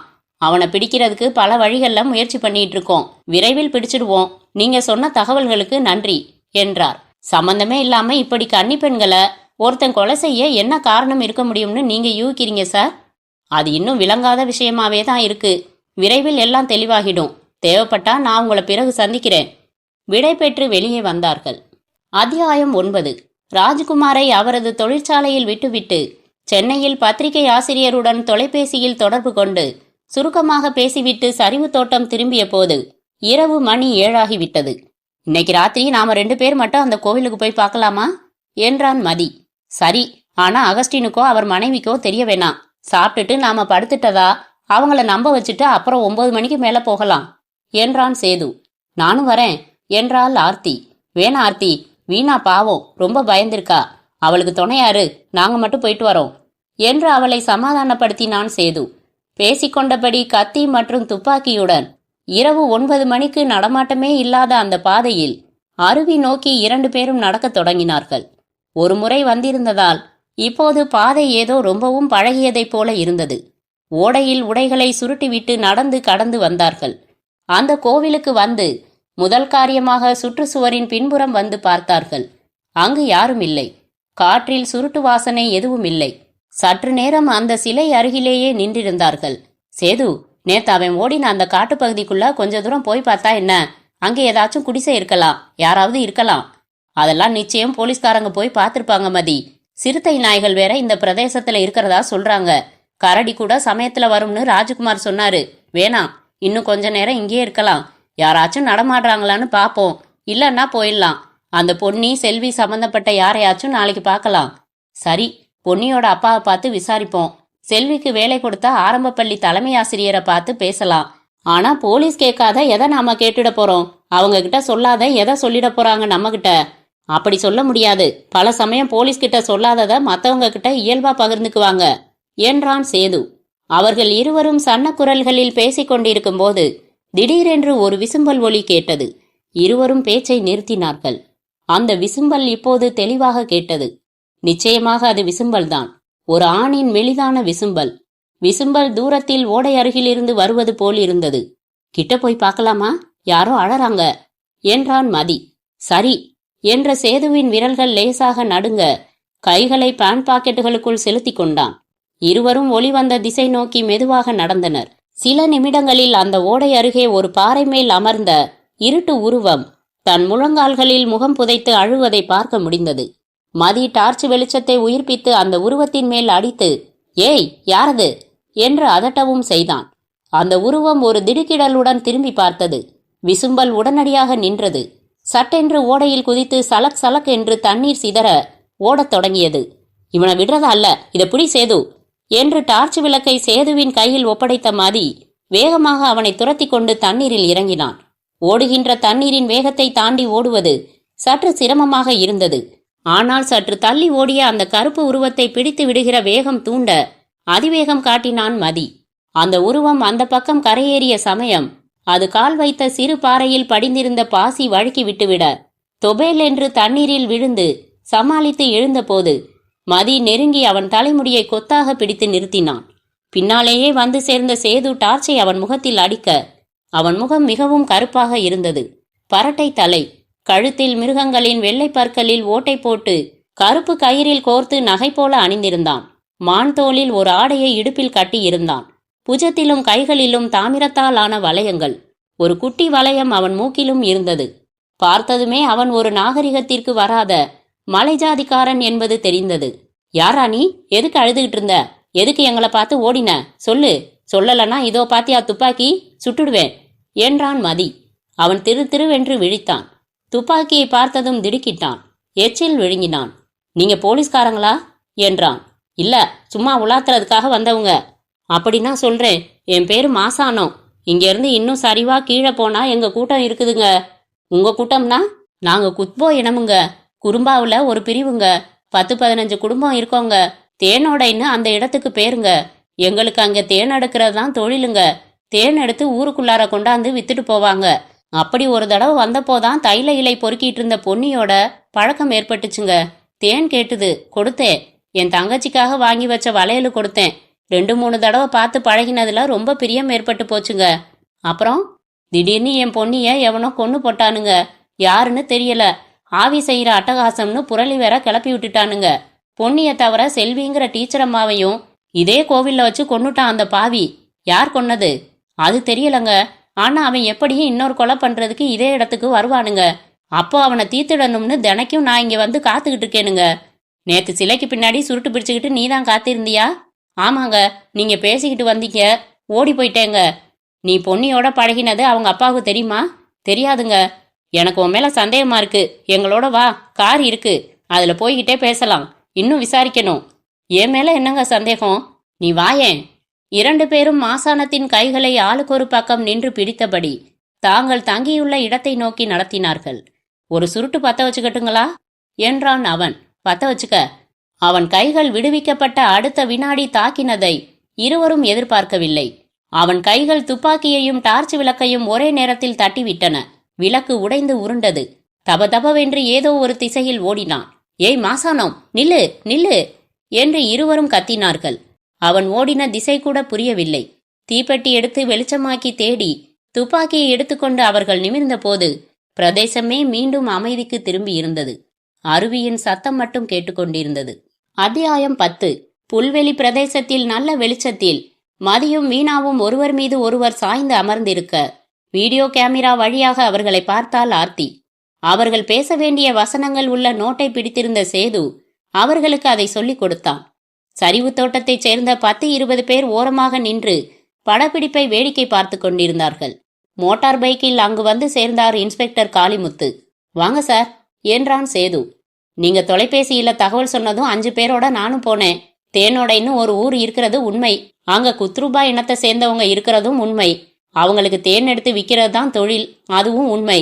ஆனா அவங்க கூட்டத்துல மாசாணம்னு யாருமே இல்ல. இருக்கிறதே 12 குடும்பங்கள் தான். அத்தனை பேரையும் விசாரிச்சுட்டேன். நீங்க சொன்ன அடையாளங்கள்ல அங்க யாருமே இல்ல. மாசாணம்னு யாருமே இல்லன்னு சொல்லி சூடத்துல சத்தியம் செய்ய கூட தயாராயிட்டாங்க என்றார் காளிமுத்து. அப்படின்னா அவன் யாரு? எதுக்காக எங்ககிட்ட அப்படி போய் சொல்லணும்? எதுக்காக திடீர்னு எங்களை தாக்கிட்டு ஓடணும்? அதெல்லாம் தான் குழப்பமா இருக்கு. நீங்க சொல்றதெல்லாம் வச்சு பார்த்தா அவன் தான் கொலைகாரன்னு நினைக்கிறேன். மலைவாசி மாதிரி வேடம் போட்டுக்கிட்டு ஏதோ காரணத்தால ஒளிஞ்சிருக்கான்னு புரியுது. இன்னொரு முக்கியமான அடையாளமும் நினைவு வருது சார். என்ன? அவனோட வலது புஜத்துல 2 பாம்புகள் சண்டை போட்டுக்கிற மாதிரி ஒரு காட்சிய பச்சை குத்தி இருந்தான். அருவியை சுத்தி இருக்கிற காட்டுப்பகுதிகளுக்குள்ள 12 போலீஸ்காரங்க அவனை தேடிட்டு இருக்காங்க. பிடிச்சிட்டா உங்களுக்கு தகவல் சொல்றேன் என்று சொல்லிவிட்டு புறப்பட்டு சென்றார். மாலையில் வீடு திரும்பிய போது அகஸ்டின் சொன்னார், நான் அடிச்சு சொல்றேன், அவன் வேலுச்சாமி தான். மாசாணம்னு ஒரு மனித ரூபத்துல வந்து உங்ககிட்ட நடிச்சுட்டு போயிருக்கான். நீங்க வேற சும்மா இருங்க சார் என்று அவரை அனுப்பி விட்டார்கள். இன்னைக்கு ராத்திரியும் கோவிலுக்கு போகலாமா என்றான் மதி. வேணாம், ஒரு நாள் இடைவேளை விடலாம். இன்னைக்கு ராத்திரி போலீஸ்காரங்க அந்த சிலையை சுத்தி பதுங்கி இருந்து கவனிக்க போறதா இன்ஸ்பெக்டர் சொன்னாரு. நாம வேற எதுக்கு போகணும் என்றான் சேது. மறுநாள் பொன்னியின் அப்பாவை சந்தித்தார்கள். ரொம்ப சோகமாக இருந்தார் அவர். மகள் இறந்த சோகத்தில் பாதி உடம்பாகி விட்டதாக பக்கத்து வீடுகளில் உள்ளவர்கள் அவரை பற்றி சொன்னார்கள். பொதுவாக பேசிக்கொண்டிருந்த பின்னர், தப்பா எடுத்துக்க கூடாது, உங்க மக பொன்னி யார் மேலேயாவது ஆசைப்பட்டுதா? உங்களுக்கு அது பத்தி எதுவும் தெரியுமா என்றான் சேது. அதெல்லாம் எதுவும் இல்ல, அவ பாவம் சின்ன பொண்ணு. தேன் விற்கிற ஆளு மாசாணம்னு யாரையாவது உங்களுக்கு தெரியுமா? தெரியாதுங்களே. சரி, பொன்னிய கல்யாணம் கட்டிக்கணும்னு உங்க சொந்தத்துல யாராவது ஆசைப்பட்டதுண்டா? தூரத்து சொந்தம் வீரையான்னு ஒருத்தன், வெறும் பய. அவன் மாமா உன் பொண்ணை கட்டி கொடுன்னு நச்சரிப்பான். ஆடு மேய்க்க கூட லாயக்கில்லாத புண்ணாக்கு பய. சதா சாராயம், தர முடியாதுன்னுட்டேன். அந்த வீரையா எங்க இருக்கான்? அரவங்காட்டுல இருக்கான். அந்த வீரையாவின் விலாசம் பெற்றுக்கொண்டார்கள். பிறகு செல்வி வேலை பார்த்த ஆரம்ப பள்ளியின் தலைமை ஆசிரியரிடம் 1 மணி நேரம் பேசிக் கொண்டிருந்தும் புது தகவல் எதுவும் தெரிந்து கொள்ள இயலவில்லை. பெயருக்கு சில மணி நேரங்கள் அன்றும் படப்பிடிப்பு நடத்திவிட்டு மாலையில் காரில் அரவங்காடு வந்தார்கள். குறிப்பிட்ட விலாசத்தில் வீடு பூட்டியிருந்தது. பக்கத்தில் விசாரித்த போது, அவன் ஒரு ஊர் பொறுக்கி, ஒரு வேலையும் கிடையாது. வீட்டில் இருந்த சாமா எல்லாம் வித்து குடிச்சிட்டான். 2-3 மாசமாவே வீடு பூட்டித்தான் இருக்குது. எங்க போனான்னு தெரியாது. உயிரோடத்தான் இருக்கானா இல்ல எங்கேயாச்சும் பள்ளத்தாக்குல குடிச்சிட்டு தடுமாறி விழுந்து செத்து போயிட்டானான்னு கூட தெரியாதுங்க என்று சொன்னார்கள். வீரையாவை பற்றி விசாரித்த விவரங்களை இன்ஸ்பெக்டர் காளிமுத்துவுக்கு தொலைபேசியில் சொல்லிவிட்டு சென்னையோடு தொடர்பு கொண்டு பேசிவிட்டு சரிவு தோட்டம் திரும்புகையில் இரவு 8 மணியை கடந்துவிட்டது. லேசான தூறல் இருந்தது. சரியான பசி. சுட சுட சமைத்து வைத்திருந்தார் அகஸ்டினின் மனைவி. சாப்பிட்டுவிட்டு தங்கள் வீட்டுக்கு வந்து தரையில் அமர்ந்து சீட்டுக்கட்டு விளையாடினார்கள். உறங்க போன போது இரவு 11ஐ தாண்டிவிட்டது. காலை 6 மணிக்கு கொட்டாவியோடு எழுந்த மதி ஆர்த்தியின் அருகில் வீணாவின் படுக்கை காலியாக இருப்பதை பார்த்தான். அத்தியாயம் 11. சேதுவையும் ஆர்த்தியையும் பதட்டத்துடன் எழுப்பினான் மதி. ஏய், வீணா இங்க? குளியல் அறையில இல்ல, வீட்டு வாசல்லையும் இல்ல, அகஸ்டின் வீட்லயும் தெரியாதுன்னு சொல்றாங்க. தூக்க கலக்கம் சட்டென்று விலகிவிட சேது பரபரப்பாக எழுந்து விட்டான். என்ன சொல்ற மதி? இங்கதான் படுத்திருந்தா? நம்மளை விட்டுட்டு தனியா எங்கேயும் போற தைரியம் வீணாவுக்கு கிடையாதே என்றான். அப்படியே எங்கேயாவது போறதா இருந்தாலும் யாருக்கிட்டையாவது சொல்லாம போக மாட்டாளே என்றால் கலவரமான குரலில் ஆர்த்தி. மூவரும் வீட்டிற்கு வெளியே வந்தார்கள். அவர்களோடு அகஸ்டினும் கவலையோடு சேர்ந்து கொண்டார். ஊரில் கண்ணில் பட்டவர்களை எல்லாம் விசாரித்தார்கள். யாருக்குமே தெரியவில்லை. அப்போது ஒரு பொடியன் ஓடி வந்து மூச்சிரைத்தான். முண்டச்சி கோவில்ல, முண்டச்சி கோவில்ல. அதற்கு மேல் பேச இயலாமல் திணறினான் அவன். அனைவரும் அந்த கோவிலுக்கு ஓடையை கடந்து வந்து பார்த்து அதிர்ந்து போய் நின்றார்கள். சிலையின் கையில் இருந்த வீச்சரிவாள் ஆயுதத்தில் இரத்தக்கரை. பலிபீடத்தில் கழுத்து அறுபட்ட நிலையில் செத்துப்போயிருந்த வீணா. வீணா அலறினான் மதி. கிட்டே வந்து பார்த்தார்கள்.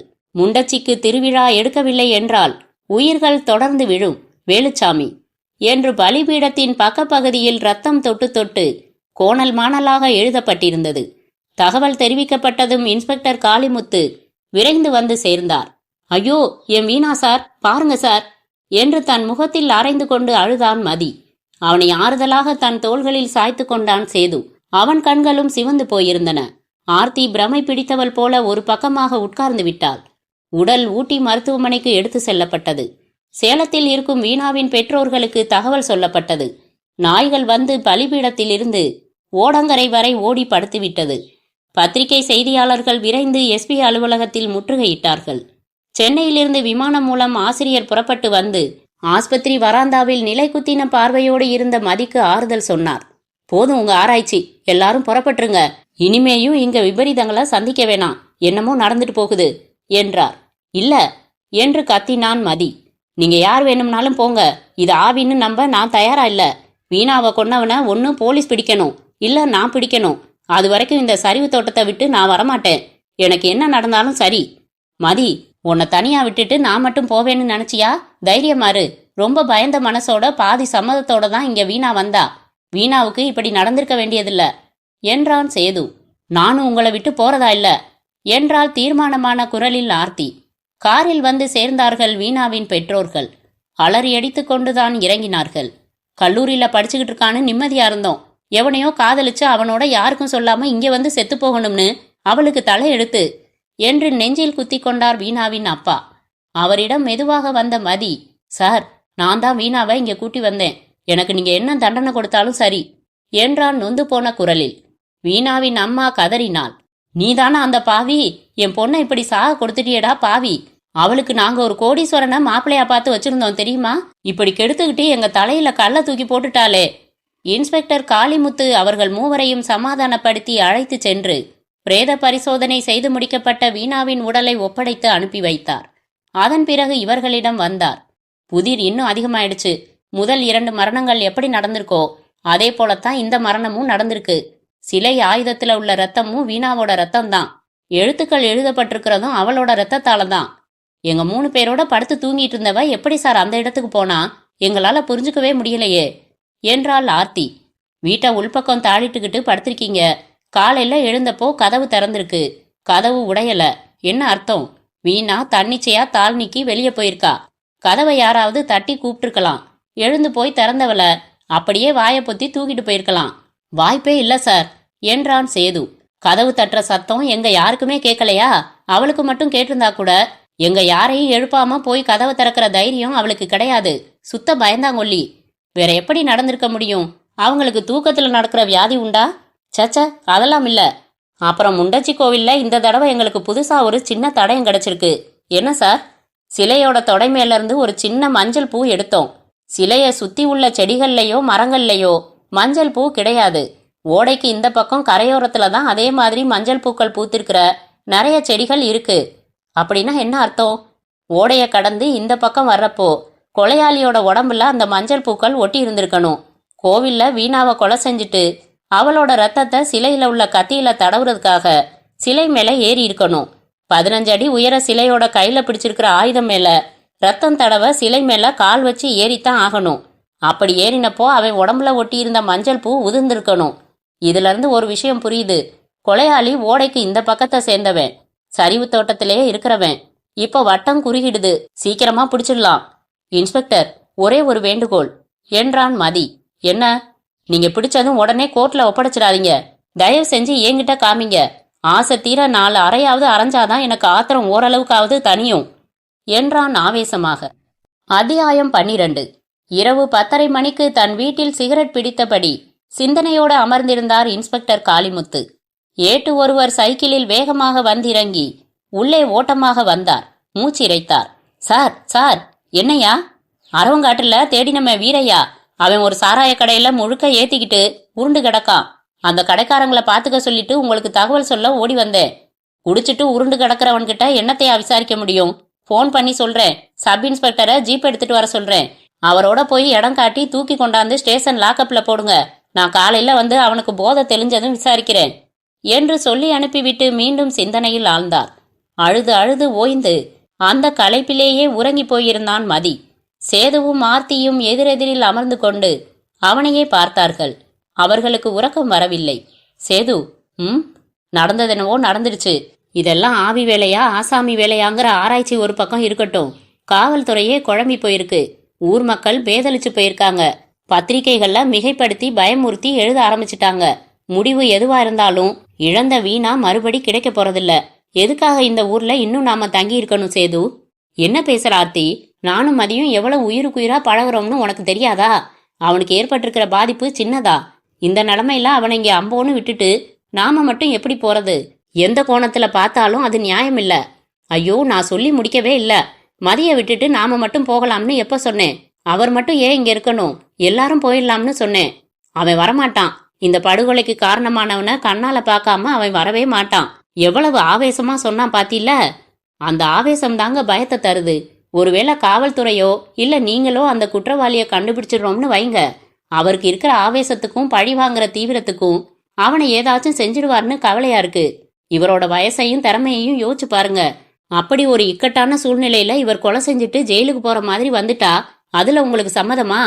என்ன ஆர்த்தி இப்படியெல்லாம் பேசுற? கூடாது ஆர்த்தி, இவன் ஜெயிலுக்கெல்லாம் போகக்கூடாது. இவன் தன் துக்கத்தை மறந்து பழையபடி சந்தோஷமா இருக்கணும். இப்ப உடனடியா இவன் மனநிலை மாறாது. ஆனா காலப்போக்கிலையாவது மாறியே ஆகணும். துடிப்பான உற்சாகமான பழைய மதி வேணும். அப்படின்னா இவரை இங்க இருக்க விடுறது சரியில்லை சேது. இன்னொரு விபரீதம் நடக்கிறத அனுமதிக்க கூடாது. நாளை காலையில பேசலாம், பொறுமையா எடுத்து சொல்லலாம். அவன் மனசை மாத்தி அழைச்சிக்கிட்டு போயிடலாம். ஆனா இந்த விவகாரத்தோட உண்மையான பின்னணியை புரிஞ்சாகணும்னு ஆர்வம் எனக்கும் இருக்கே ஆர்த்தி. எனக்கும் தான் இருக்கு. சென்னைக்கு போய் இவரை பாதுகாப்பா விட்டுட்டு மறுபடி நீங்களும் நானும் மட்டும் வேணும்னா வரலாம். எப்படி பார்த்தாலும் இவர் இங்க இருக்கிறது இவருக்கு நல்லதில்ல. உன் பார்வை சரியாதான் இருக்கு. ஆனா இப்ப இவன் இருக்கிற ஆத்திரமான மனநிலையில நம்மளோட ஒத்துழைச்சு வர சம்மதிப்பானா? வீணாவோட அப்பாவும் அம்மாவும் தன் பொண்ணோட சாவுக்கு இவன் தான் காரணம்னு வேற திட்டிட்டு போயிட்டாங்க. அதுல இன்னும் நொந்துட்டான். என்னோட நட்பு இனிமேயும் தொடரணும்னா நீ எங்களோட புறப்பட்டே ஆகணும்னு ஒரு போடு போடுங்க என்றாள் ஆர்த்தி. சரி, என் வார்த்தைக்கு நிச்சயம் ஒரு மதிப்பு கொடுப்பான். அப்ப எல்லா சாமான்களையும் எடுத்து வச்சுட்டு படுக்கலாம். அதிகாலையில அவரை எழுப்பி புறப்படலாம் என்றாள் ஆர்த்தி. 5:30 மணிக்கு எழுந்து கொண்டார் இன்ஸ்பெக்டர் காளிமுத்து. 10 நிமிடத்தில் ஓடுவதற்கான உடை அணிந்து புறப்பட்டார். இரவு அரவங்காடு வீரையாவை பிடித்து கொண்டு வந்து ஸ்டேஷன் லாக்கப்பில் வைக்க சொன்னது நினைவிற்கு வந்தது. மோட்டார் பைக்கில் ஏறி புறப்பட்டு காவல் நிலையம் வந்து சேர்ந்தார். லாக்கப்பில் ஒரு பக்கம் வாந்தி எடுத்து அதன் மேலேயே படுத்து கிடந்தான் சுய நினைவில்லாத வீரையா. யோ, அவனை எழுப்பி முதல்ல சுத்தம் பண்ணி போதைய தெளிவிச்சு என் முன்னாடி கொண்டு வந்து நிறுத்துங்கய்யா. உத்தரவிட்டு விட்டு மேஜை மேல் ஓரமாக அமர்ந்து காலை செய்தித்தாள் எடுத்து புரட்டினார். 10 நிமிடத்தில் இடுப்பில் வெறும் துண்டோடு குளிருக்காக கைகளை மார்பின் குறுக்கே வைத்து கொண்டிருந்த வீரையாவை கொண்டு வந்து நிறுத்தினார்கள். தன் குச்சியால் அவன் தாடையை தொட்டு நிமிர்த்தின காளிமுத்து, டேய், 2 மாசமா அரவங்காட்டுல உன் வீடு பூட்டி கிடக்குது. எங்கடா போயிருந்த? ம் என்றார். கோயம்புத்தூர்ல என் பெரிய மச்சான் வீட்டுல தோட்டம் எல்லாம் பார்த்துக்கிட்டு இருந்தேன். முந்தா நாள் தான் ஊருக்கு வந்தேன். கையில காசு இருந்துச்சு, அதான் கொஞ்சம் சரக்கு ஏத்திக்கிட்டேன். சந்தேக கேஸ்ல கொண்டாந்து உள்ள வச்சுட்டாங்க ஐயா, என்னை விட்டுடுங்க ஐயா. ஏண்டா, சரிவு தோட்டத்துல உன் மாமாவோட மக பொன்னிய கட்டி கொடுக்க சொல்லி கேட்டியா? அது பல தடவை கேட்டேன். என் மாமன் என்ன செருப்பால் அடிக்காத குறையா விரட்டி அனுப்பிச்சிடுச்சு. அதனால கோபமாகி பொன்னிய கொன்னுட்டியா? ஐயோ, அது வேலுசாமியோட ஆவி அடிச்சதுன்னுல சொன்னாங்க. என்னையா என் மேல இப்படி ஒரு அபாண்டத்தை தூக்கி போடுறீங்களே? அடி பிச்சிடுவேன் படவா. உண்மையை சொல்லணும், நீதானே பொன்னிய கொன்ன? பேசிக்கொண்டே வந்தவரின் பார்வை சட்டென்று வீரையாவின் புஜத்தில் நிலைத்தது. அங்கே 2 பாம்புகள் பின்னி பிணைந்து சண்டை போட்டுக் கொள்ளுவது போல பச்சை குத்தப்பட்டிருந்தது. அதை பார்த்ததும் திடீரென்று அவன் வயிற்றில் குத்தினார். அம்மா என்று வலி தாங்காமல் பின்புறம் தடுமாறி விழுந்தவனின் இடுப்பில் திம்மு திம்முவென்று உதைத்தார். கதறினான். வடவா, பட்டைய பேத்துடுவேன். பட்டணத்திலிருந்து வந்தவங்க கிட்ட மாட்டிக்கிட்டு மாசானம்னு பொய் பேரு சொல்லிட்டு தப்பிச்சு ஓடினது நீதானடா நாயே. மலைவாசி மாதிரி வேஷம் போட்டுக்கிட்டு காட்டுக்குள்ள பதுங்கி இருந்து கொலைகளை வரிசையா செஞ்சிருக்க. நீ ஒத்துக்கிற வரைக்கும் உன்னை விடுறதா இல்ல. அவனை தூக்கி நிறுத்தினார். கட்டுங்கய்யா அவனை. 2 கைகளையும் தனித்தனியாக பிரித்து கட்டி வைத்தார்கள். அவனை காட்டுத்தனமாக அடித்தார். ஐயோ, நான் இல்லங்க என்று அலறினான் வீரையா. மெழுகுவர்த்தி கொளுத்தி இரும்பு கம்பியை அதில் பழுக்க வைத்து அவன் துண்ட அவுத்து விடியா என்று சொல்லி கம்பியோடு நெருங்கியதும் அலறிவிட்டான். வேணாங்கய்யா, சொல்லிடுறேன், எல்லாம் சொல்லிடுறேன் என்றான் வீரையா. கம்பியை தூரமாக போட்டார். சொல்டா நாயே, நீங்க சொன்னதாங்க. என் மாமன் பொன்னியை எனக்கு கட்டித்தர மாட்டேன்னுடுச்சா, அதனால ஒரு அருவாளோட வந்தேன். இலை பொறுக்கிட்டு இருந்த பொன்னியை இழுத்துட்டு வந்து முண்டாச்சி கோவில்ல வச்சு பலவந்தமா தாலி கட்ட போனேன். அவ பெரிய ரோசக்காரி. நீ மட்டும் கட்டாய தாலி கட்டினா அடுத்த நிமிடம் அதை அறுத்து போட்டுட்டு இந்த சூலாயுதம் எடுத்து குத்திக்கிட்டு சாவே. சத்தியமா உனக்கு பொண்டாட்டியா ஒரு நாள் கூட வாழ மாட்டேன்னு சொன்னான். எனக்கு கோபம் குண்டக்க மண்டக்க வந்துருச்சு. சண்டாளி, நீ என்னடி தற்கொலை பண்ணிக்கிறது? செத்து ஒழிடின்னு சொல்லி அருவால கழுத்துல இறக்கிட்டேன். அவளும் செத்து போயிட்டா. அப்புறம்தான் ஐயையோ கொன்னு போட்டுட்டோமேன்னு நினப்பும் உதறலும் வந்துச்சு. உடனே அந்த கோவில்ல கொஞ்ச நாள் முன்னாடி தூக்குமாட்டி செத்து போன வேலுச்சாமி நினப்பு வந்துச்சு. அவன்தான் ஆவி ரூபத்துல பொன்னிய காவு வாங்கிட்டான்னு புரளி கிளப்பி விட்டுடலாம்னு நினைச்சேன். பொன்னியோட ரத்தத்தை எடுத்து சாமி சிலை மேல ஏறி ஆயுதத்துல தடவிட்டு அருவால ஓடையில கழுவிட்டு நான் காட்டுக்குள்ள போயிட்டேன். என் அடையாளங்களையும் மலை ஜாதிக்காரன் மாதிரி மாத்திக்கிட்டேன். அப்புறம் நான் நினைச்ச மாதிரியே இது ஆவி வேலைன்னு எல்லாரும் நினைச்சாங்க. 1 மாசம் கழிச்சு காட்டுக்குள்ள தனியா கேமராவோட கிளி மான் எல்லாம் படம் எடுக்கிறதுக்காக வந்த டீச்சர் அம்மா செல்வி என்ன பாத்துருச்சு. அட பாவி, நீதானே பொன்னிய கொன்ன, என் கண்ணால பார்த்தேன், அடையாளம் மாத்திக்கிட்டு திரியிறியான்னு சொல்லி என்ன ஒரு படமும் எடுத்துக்கிட்டு ஓடுச்சு. இது என்னடா வம்பா போச்சுன்னு நான் துரத்தி பிடிச்சு கேமராவை பிடுங்கி சுக்கலா உடைச்சிட்டேன். அன்னைக்கு அருவி பக்கம் வந்த டீச்சரம்மா நான் பொன்னிய வெட்டினதை பார்த்துட்டு மயக்கம் போட்டுருச்சான். அப்புறம் பயம் ஆயிடுச்சான். வீட்டுக்கு போய் ஜுரத்துல விழுந்துடுச்சான். அப்புறம் ஊர்ல எல்லாரும் ஆவின்னு சொன்னதும் தான் பார்த்தது ஆவியத்தான்னு நினைச்சு பயந்துடுச்சான். கண்ணால பார்த்த ஒரு சாட்சியை விட்டு வைக்கலாமா? அதான் அவளையும் இளநி சீவுற மாதிரி சீவிட்டேன். முதல்ல மாதிரியே கோவில்ல பணத்தை போட்டு சிலையில ரத்தம் தடவிட்டு காட்டுக்குள்ள போயிட்டேன். தண்ணி வேணும், இந்தா குடிச்சிட்டு சொல்லு. குடித்து விட்டு தொடர்ந்தான். ஆனாலும் நான் செஞ்சது நியாயமே இல்லைன்னு பட்டுது. என் மனசாட்சி என்னை உறுத்தும். அப்பெல்லாம் அந்த கோவிலுக்கு வந்து ரொம்ப நேரம் உட்காந்து அழுதுட்டு போவேன். அப்படி வந்துட்டு போன 2 சந்தர்ப்பங்கள்ல தான் படம் எடுக்க வந்தவங்க என்னை பார்த்துட்டாங்க. நான் சாமர்த்தியமா பொய் சொல்லி தப்பிச்சு ஓடிட்டேன். சரி, அந்த பொண்ணு வீணா என்ன செஞ்சா? அவளை எதுக்காக கொன்ன? அதற்கு பதில் சொல்லாமல் வாய்விட்டு சிரிக்கத் தொடங்கினான் வீரையா. அத்தியாயம் 13. காரை ஓட்டிக் கொண்டிருந்தான் சேது. அவன் அருகில் ஆர்த்தி. அவர்களின் கடுமையான வற்புறுத்தலை நிராகரிக்க முடியாமல் அவர்களோடு புறப்பட்டு விட்ட மதி காரின் பின் இருக்கையில் அமர்ந்திருந்தான் வெறித்த பார்வையுடன். காரை திடீரென்று சாலையில் இருந்து பிரிந்து சென்ற ஒரு புல்வெளி பிரதேசத்தில் திருப்பிச் சென்று பிரேக் அடித்து நிறுத்தினான் சேது. என்னாச்சு சேது என்றாள் ஆர்த்தி. என்ஜினை அணைத்துவிட்டு திரும்பினான் சேது. மதி, இப்ப எனக்கு உண்மை தெரிஞ்சாகணும் என்றான். அவன் குரலில் கடுமை ஏறி இருந்தது. என்ன உண்மை என்றான் மதி. முந்தா நாள் ராத்திரி என்ன நடந்தது? எதுக்காக நீ வீணாவா கொலை செஞ்ச? இந்த கேள்வியால் அதிர்ந்து போன ஆர்த்தி தன் நெஞ்சை பிடித்து கொண்டாள். சேது, என்னாச்சு உங்களுக்கு? ஏன் இப்படி பைத்தியக்காரத்தனமான கேள்வி கேட்குறீங்க? புத்தி ஏதாவது பிசகிடுச்சா என்றாள் ஆர்த்தி. இல்ல ஆர்த்தி, புத்தி பிசகினது எனக்கு இல்ல, அவனுக்கு தான். சொல்லு மதி, ஏன் வீணாவை நீ கொலை செஞ்ச? எதனால இப்படி அபாண்டமா பேசுற சேது? நான் வீணாவை கொலை செஞ்சேனா? குழம்பினான் மதி. ஆமா, என்கிட்ட மறைக்காத. நேத்து நீ தூங்கிட்டு இருக்கும்போது எல்லா பொருள்களையும் எடுத்து நாங்க பேக் செய்ய ஆரம்பிச்சோம். உன்னோட துணிகளை எல்லாம் நான் தான் மடிச்சு பெட்டியில வச்சேன். அப்போ தொங்கிட்டு இருந்த பேண்ட்டை எடுத்தேன். முந்தா நாள் ராத்திரி குளிருக்காக நீ பேண்ட்டோட படுத்தியே, அப்போ போட்டிருந்த பேண்ட். அந்த பேண்ட்டை எடுத்தப்ப அதோட கால் மடிப்புல இருந்து ஒரு மஞ்சள் பூ விழுந்தது. இன்ஸ்பெக்டர் முண்டச்சி சிலை மேல இருந்து எடுத்ததா காட்டினாரே, அதே மஞ்சள் பூ. எனக்கு திக்குன்னு ஆயிடுச்சு. அந்த பேண்ட்டை உன்னிப்பா ஆராய்ஞ்சேன். அதுல ஒரே ஒரு ரத்த புள்ளி சரியா கழுவப்படாம இருந்தது. இப்ப சொல்லு, நான் உன்னை சந்தேகப்படுறது தப்பா என்று கத்தினான் சேது. சற்று நேரம் அமைதியாக இருந்த மதி ஒரு சிகரெட் எடுத்து தன் உதடுகளில் வைத்து அலட்சியமாக பற்ற வைத்து கொண்டு, ஆமா, வீணாவை நான் தான் கொலை செஞ்சேன். ஒரு நம்பிக்கை துரோகிக்கு தர வேண்டிய பரிசு அந்த மரணம் என்றான். அட பாவி, என்னடா சொல்ற? சேது, உனக்கு நல்லா தெரியும் நான் வீணாவை எவ்வளவு ஆழமா நேசிச்சேன்னு. உன்கிட்ட அவ மேல நான் வச்சிருந்த எல்லையே இல்லாத காதலை பத்தி எத்தனை தடவை புலம்பி இருக்கேன். அவளுக்காக உயிரையும் தருவேன்னு அவகிட்டயே கோயில்ல வச்சு சத்தியம் எல்லாம் செஞ்சிருக்கேன். வீட்டுல ஆர்த்தியையும் வீணாவையும் விட்டுட்டு நீயும் நானும் மட்டும் அரவங்காடு போய் விசாரிச்சுட்டு திரும்பினோம். நீ பிரெட்டு சிகரெட் எல்லாம் வாங்கிட்டு வரதா சொல்லி என்னை முன்னாடி போக சொன்ன, நினைவிருக்கா? ஆமா, நான் மட்டும் வந்து கதவை தட்ட போனப்போ உள்ள வீணாவும் ஆர்த்தியும் பேசிக்கிட்டு இருந்தாங்க. அப்போ வீணா என்ன பேசினா தெரியுமா? ஆர்த்தி, உனக்கே தெரியும், என் காதல தலைமொழிகிட்டு எனக்கு டாட்டா காட்ட போறதா சொன்னா. எனக்கு பக்குன்னு ஆயிடுச்சு. உண்மையாவா என்றான் சேது. ஆர்த்தியத்தான் கேளே. அவங்க அப்பா அம்மா ஒரு கோடீஸ்வர மாப்பிள்ளைய பார்த்திருக்காங்க.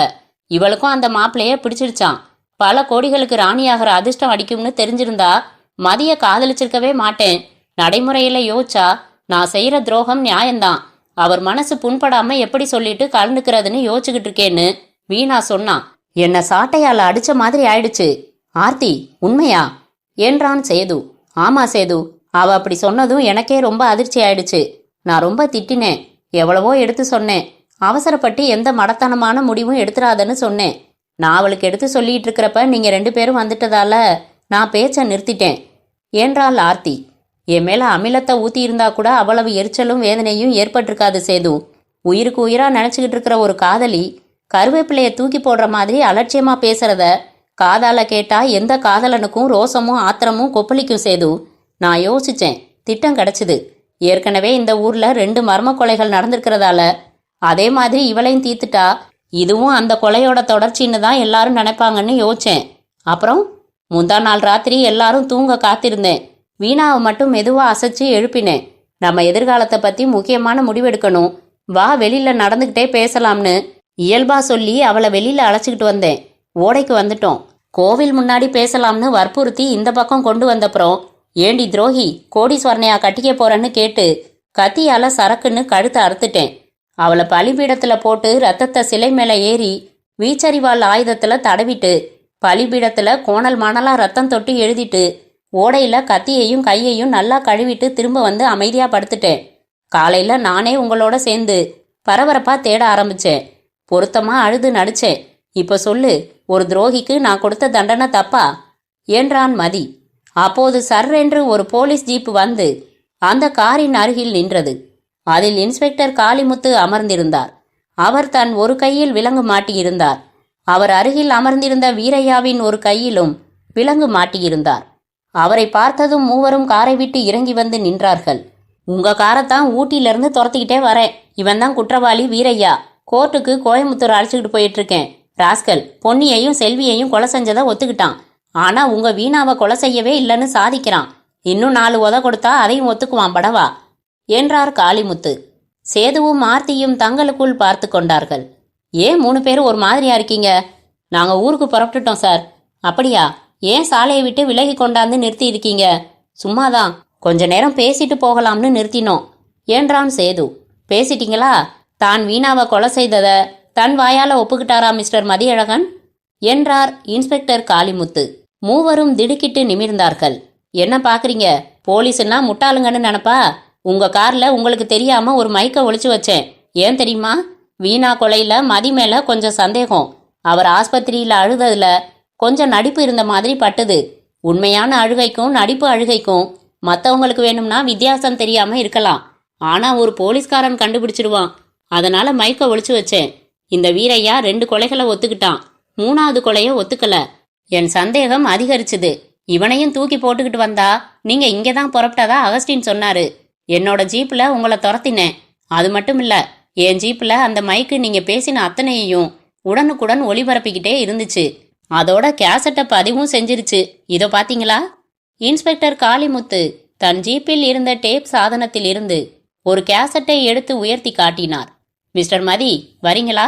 ஜீப்ல ஏறுங்க என்றார்.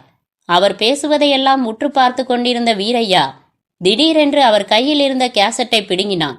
பக்கத்தில் இருந்த பள்ளத்தாக்கை நோக்கி யாரும் எதிர்பார்ப்பதற்கு முன் அதை வீசினான். அந்த கேசட் அதல பாதாளம் நோக்கி சென்று எங்கோ மறைந்தது. ஆவேசமாக பேசினான் வீரையா. இந்த கேசட் தானே சார் உங்க ஆதாரம்? அதை அழிச்சாச்சு. இப்ப நான் சொல்றேன், அந்த வீணாவையும் நான் தான் கொலைவெறி பிடிச்சு கொன்னுட்டேன். அவர் கொல்லல. டேய், என்ன ஆச்சு உனக்கு? சும்மா மிரட்டாத சார். இத பாரு மதி, என்ன கல்யாணம் பண்ணிக்க மறுத்தவளை வெட்டினேனா? அந்த பொண்ணு என் மேல ஆசை வைக்கல, வாக்கு தரல, ஏமாத்தல, அதனால வெட்டினேன். ஆனா உங்க வீணா உங்க மேல ஆசை வச்சு அவ மேல உங்களுக்கு ஆசையை வளர்த்து கடைசியில நம்பிக்கை துரோகம் செய்ய பார்த்தா. அதுக்கு 100 தடவை வெட்டலாம் சார். நீ ஒரு தடவை தானே வெட்டின. போயா சந்தோஷமா? 2 கொலை செஞ்சதுக்கு நியாயமா எனக்கு தூக்குதான். 3 கொலைன்னு சொன்னா இன்னொரு தடவை தூக்குல போட போறாங்களா? இந்த நிமிடத்திலிருந்து எந்த கோர்ட்லயும் கடைசி வரைக்கும் 3 கொலையையும் நான் தான் செஞ்சேன்னு சாமி மேல சத்தியமா சொல்லுவேன். நீ நிம்மதியா போ, உனக்கு தனியா தண்டனை வேணாம் என்று படபடத்து பேசின வீரையாவை ஆச்சரியத்துடன் பார்த்தார்கள் அனைவரும். மூவரும் செய்வதறியாது நிற்க இன்ஸ்பெக்டர் காளிமுத்து சில வினாடிகள் வீரையாவையும் மதியையும் மாறி மாறி பார்த்தார். ஜீப்பை ஸ்டார்ட் செய்தார். காரை நிதானமா ஓட்டிட்டு போங்க என்று சொல்லிவிட்டு வீரையாவோடு ஜீப்பை ஓட்டிக்கொண்டு முக்கிய சாலையில் இணைந்தார். முற்றும்.